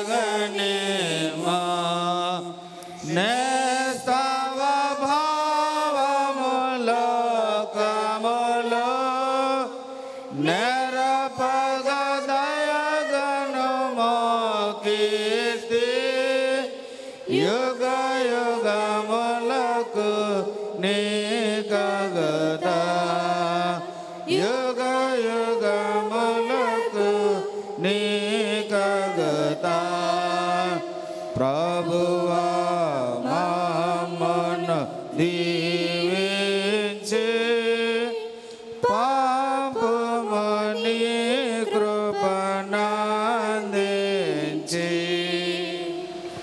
ప్రార్థన చేద్దాం. అందరం కూడా ఒకసారి మన చేతులు పైకెత్తి అన్నగారి కోసం, ప్రభాకర్ అన్నగారి కోసం చిన్న ప్రార్థన చేద్దాం. పరిశుద్ధుడా, నీకు వందనాలు, స్తోత్రాలు నైనా. నువ్వెన్నుకొని ఏర్పాటు చేసుకున్న ప్రభాకర్ అన్నగారిని ఒక్కసారి మీ పాదాల యొద్దకు తీసుకుని వస్తూ ఉన్నాను. అయ్యా, మీరు కనికరించమని ప్రార్థన చేస్తూ ఉన్నాం. మీ దాసుడు చేసిన పరిచర్య, నిన్ను ప్రేమించి నీ కొరకు తను చేసిన సమస్తమును ఒక్కసారి జ్ఞాపకం చేసుకోండి. అలనాడు శతాధిపతి గురించి, ఆయన చేసిన మంచితనం గురించి ప్రజలు నీకు చెప్పినప్పుడు నువ్వెంత కనికరించావో అన్నను ఒక్కసారి నీ గాయపడిన హస్తం ఉంచి సంపూర్ణ ఆరోగ్యవంతునిగా చేయమని బ్రతిమలాడుచున్నాం. అయ్యా, సంఘ వ్యాప్తి కొరకు, సంఘ సేవ కొరకు మీ దాసునికి మంచి ఆరోగ్యం అవసరం నాయనా. మీ పాదాలు పట్టుకొని బ్రతిమలాడుతున్నాం. ఇప్పుడే నీ వాక్కు మీ బిడ్డలోనికి పంపండి. మీ ఆత్మ బిడ్డను ఆవరించునుగాక. యేసయ్య నామములో సంపూర్ణ ఆరోగ్యవంతునిగా చేయమని ప్రార్థన చేస్తూ ఉన్నాం. నీకు వందనాలు చెల్లిస్తూ ఉన్నాం ప్రభా. అలాగే నా దేవా, సతీష్ గారు అనుష యొక్క కుమారుని కొరకు ప్రార్థన చేస్తూ ఉన్నాం నాయన. తండ్రి, శ్రేయస్ను మీరు జ్ఞాపకం చేసుకోండి ఆయన. ఒక్కసారి మీరు ఆ బిడ్డను తాకండి. యేసయ్య నామములో స్వస్థపరచండి. నీ వాక్కు బిడ్డలోనికి వెళ్ళును గాక. యేసు నామములో సంపూర్ణ ఆరోగ్యం కలుగును గాక. తండ్రి, నీకు వందనాలు. మరి నేను దినాన్న అలాగే ఏలియా గారి బర్త్డే ఏవో ఎంతో కృపనిచ్చావు. మీ బిడ్డకు దీర్ఘాయువునివ్వండి. మా పెద్దలునైనా అడ్వైజరీ కమిటీ దేవా సేవాకర్ గారిని జ్ఞాపకం చేసుకుని దీవించండి నాయన. నీకు ప్రసాద్ గారి కొరకు ప్రార్థన చేస్తాము. నీసెంటి గారి కొరకు ప్రార్థన చేస్తూ ఉన్నాను తండ్రి. మీ కృపనివ్వమని అడుగుచున్నాము నాయన. యేసయ్యా, జ్ఞానప్రకాష్ గారిని మీరు జ్ఞాపకం చేసుకుని అందరినీ మీరు దీవించి ఆశీర్వదించండి. మీరు మాకు మంచి ఎగ్జిక్యూటివ్ కమిటీ ఇచ్చావు నాయన. తండ్రి, అందరినీ కుటుంబాలుగా దీవించండి. బిడ్డలు నీ పని చేస్తూ ఉంటుండగా వారి పని మీరు చేయండి. వారి కుటుంబాలను మీరు ఆశీర్వదించండి. కుటుంబంలో ఉన్న ప్రతి లోటును మీరు తీర్చమని, పేరున ప్రతి ఒక్కరిని నాయన మీరు ఆశీర్వదించమని ప్రతినాడుచున్నాం. మా స్త్రీల సమాజం కొరకు వందనాలు చెల్లిస్తున్నాం. అయ్యా, యూత్ కొరకు వందనాలు. యేసయ్యా, అందరినీ మీరు దీవించండి. ఈరోజు నీ మందిరంలో అడుగుపెట్టిన నీ బిడ్డలందరినీ బహుగా దీవించండి. ప్రతి ఒక్కరిని బలపరచండి, నూతనపరచండి. ప్రతి విధమైన అవసరాన్ని మీరు తీర్చండి. జయ జీవితాన్ని మీరు దయచేయండి. అద్భుతాలు మీరు చేయండి.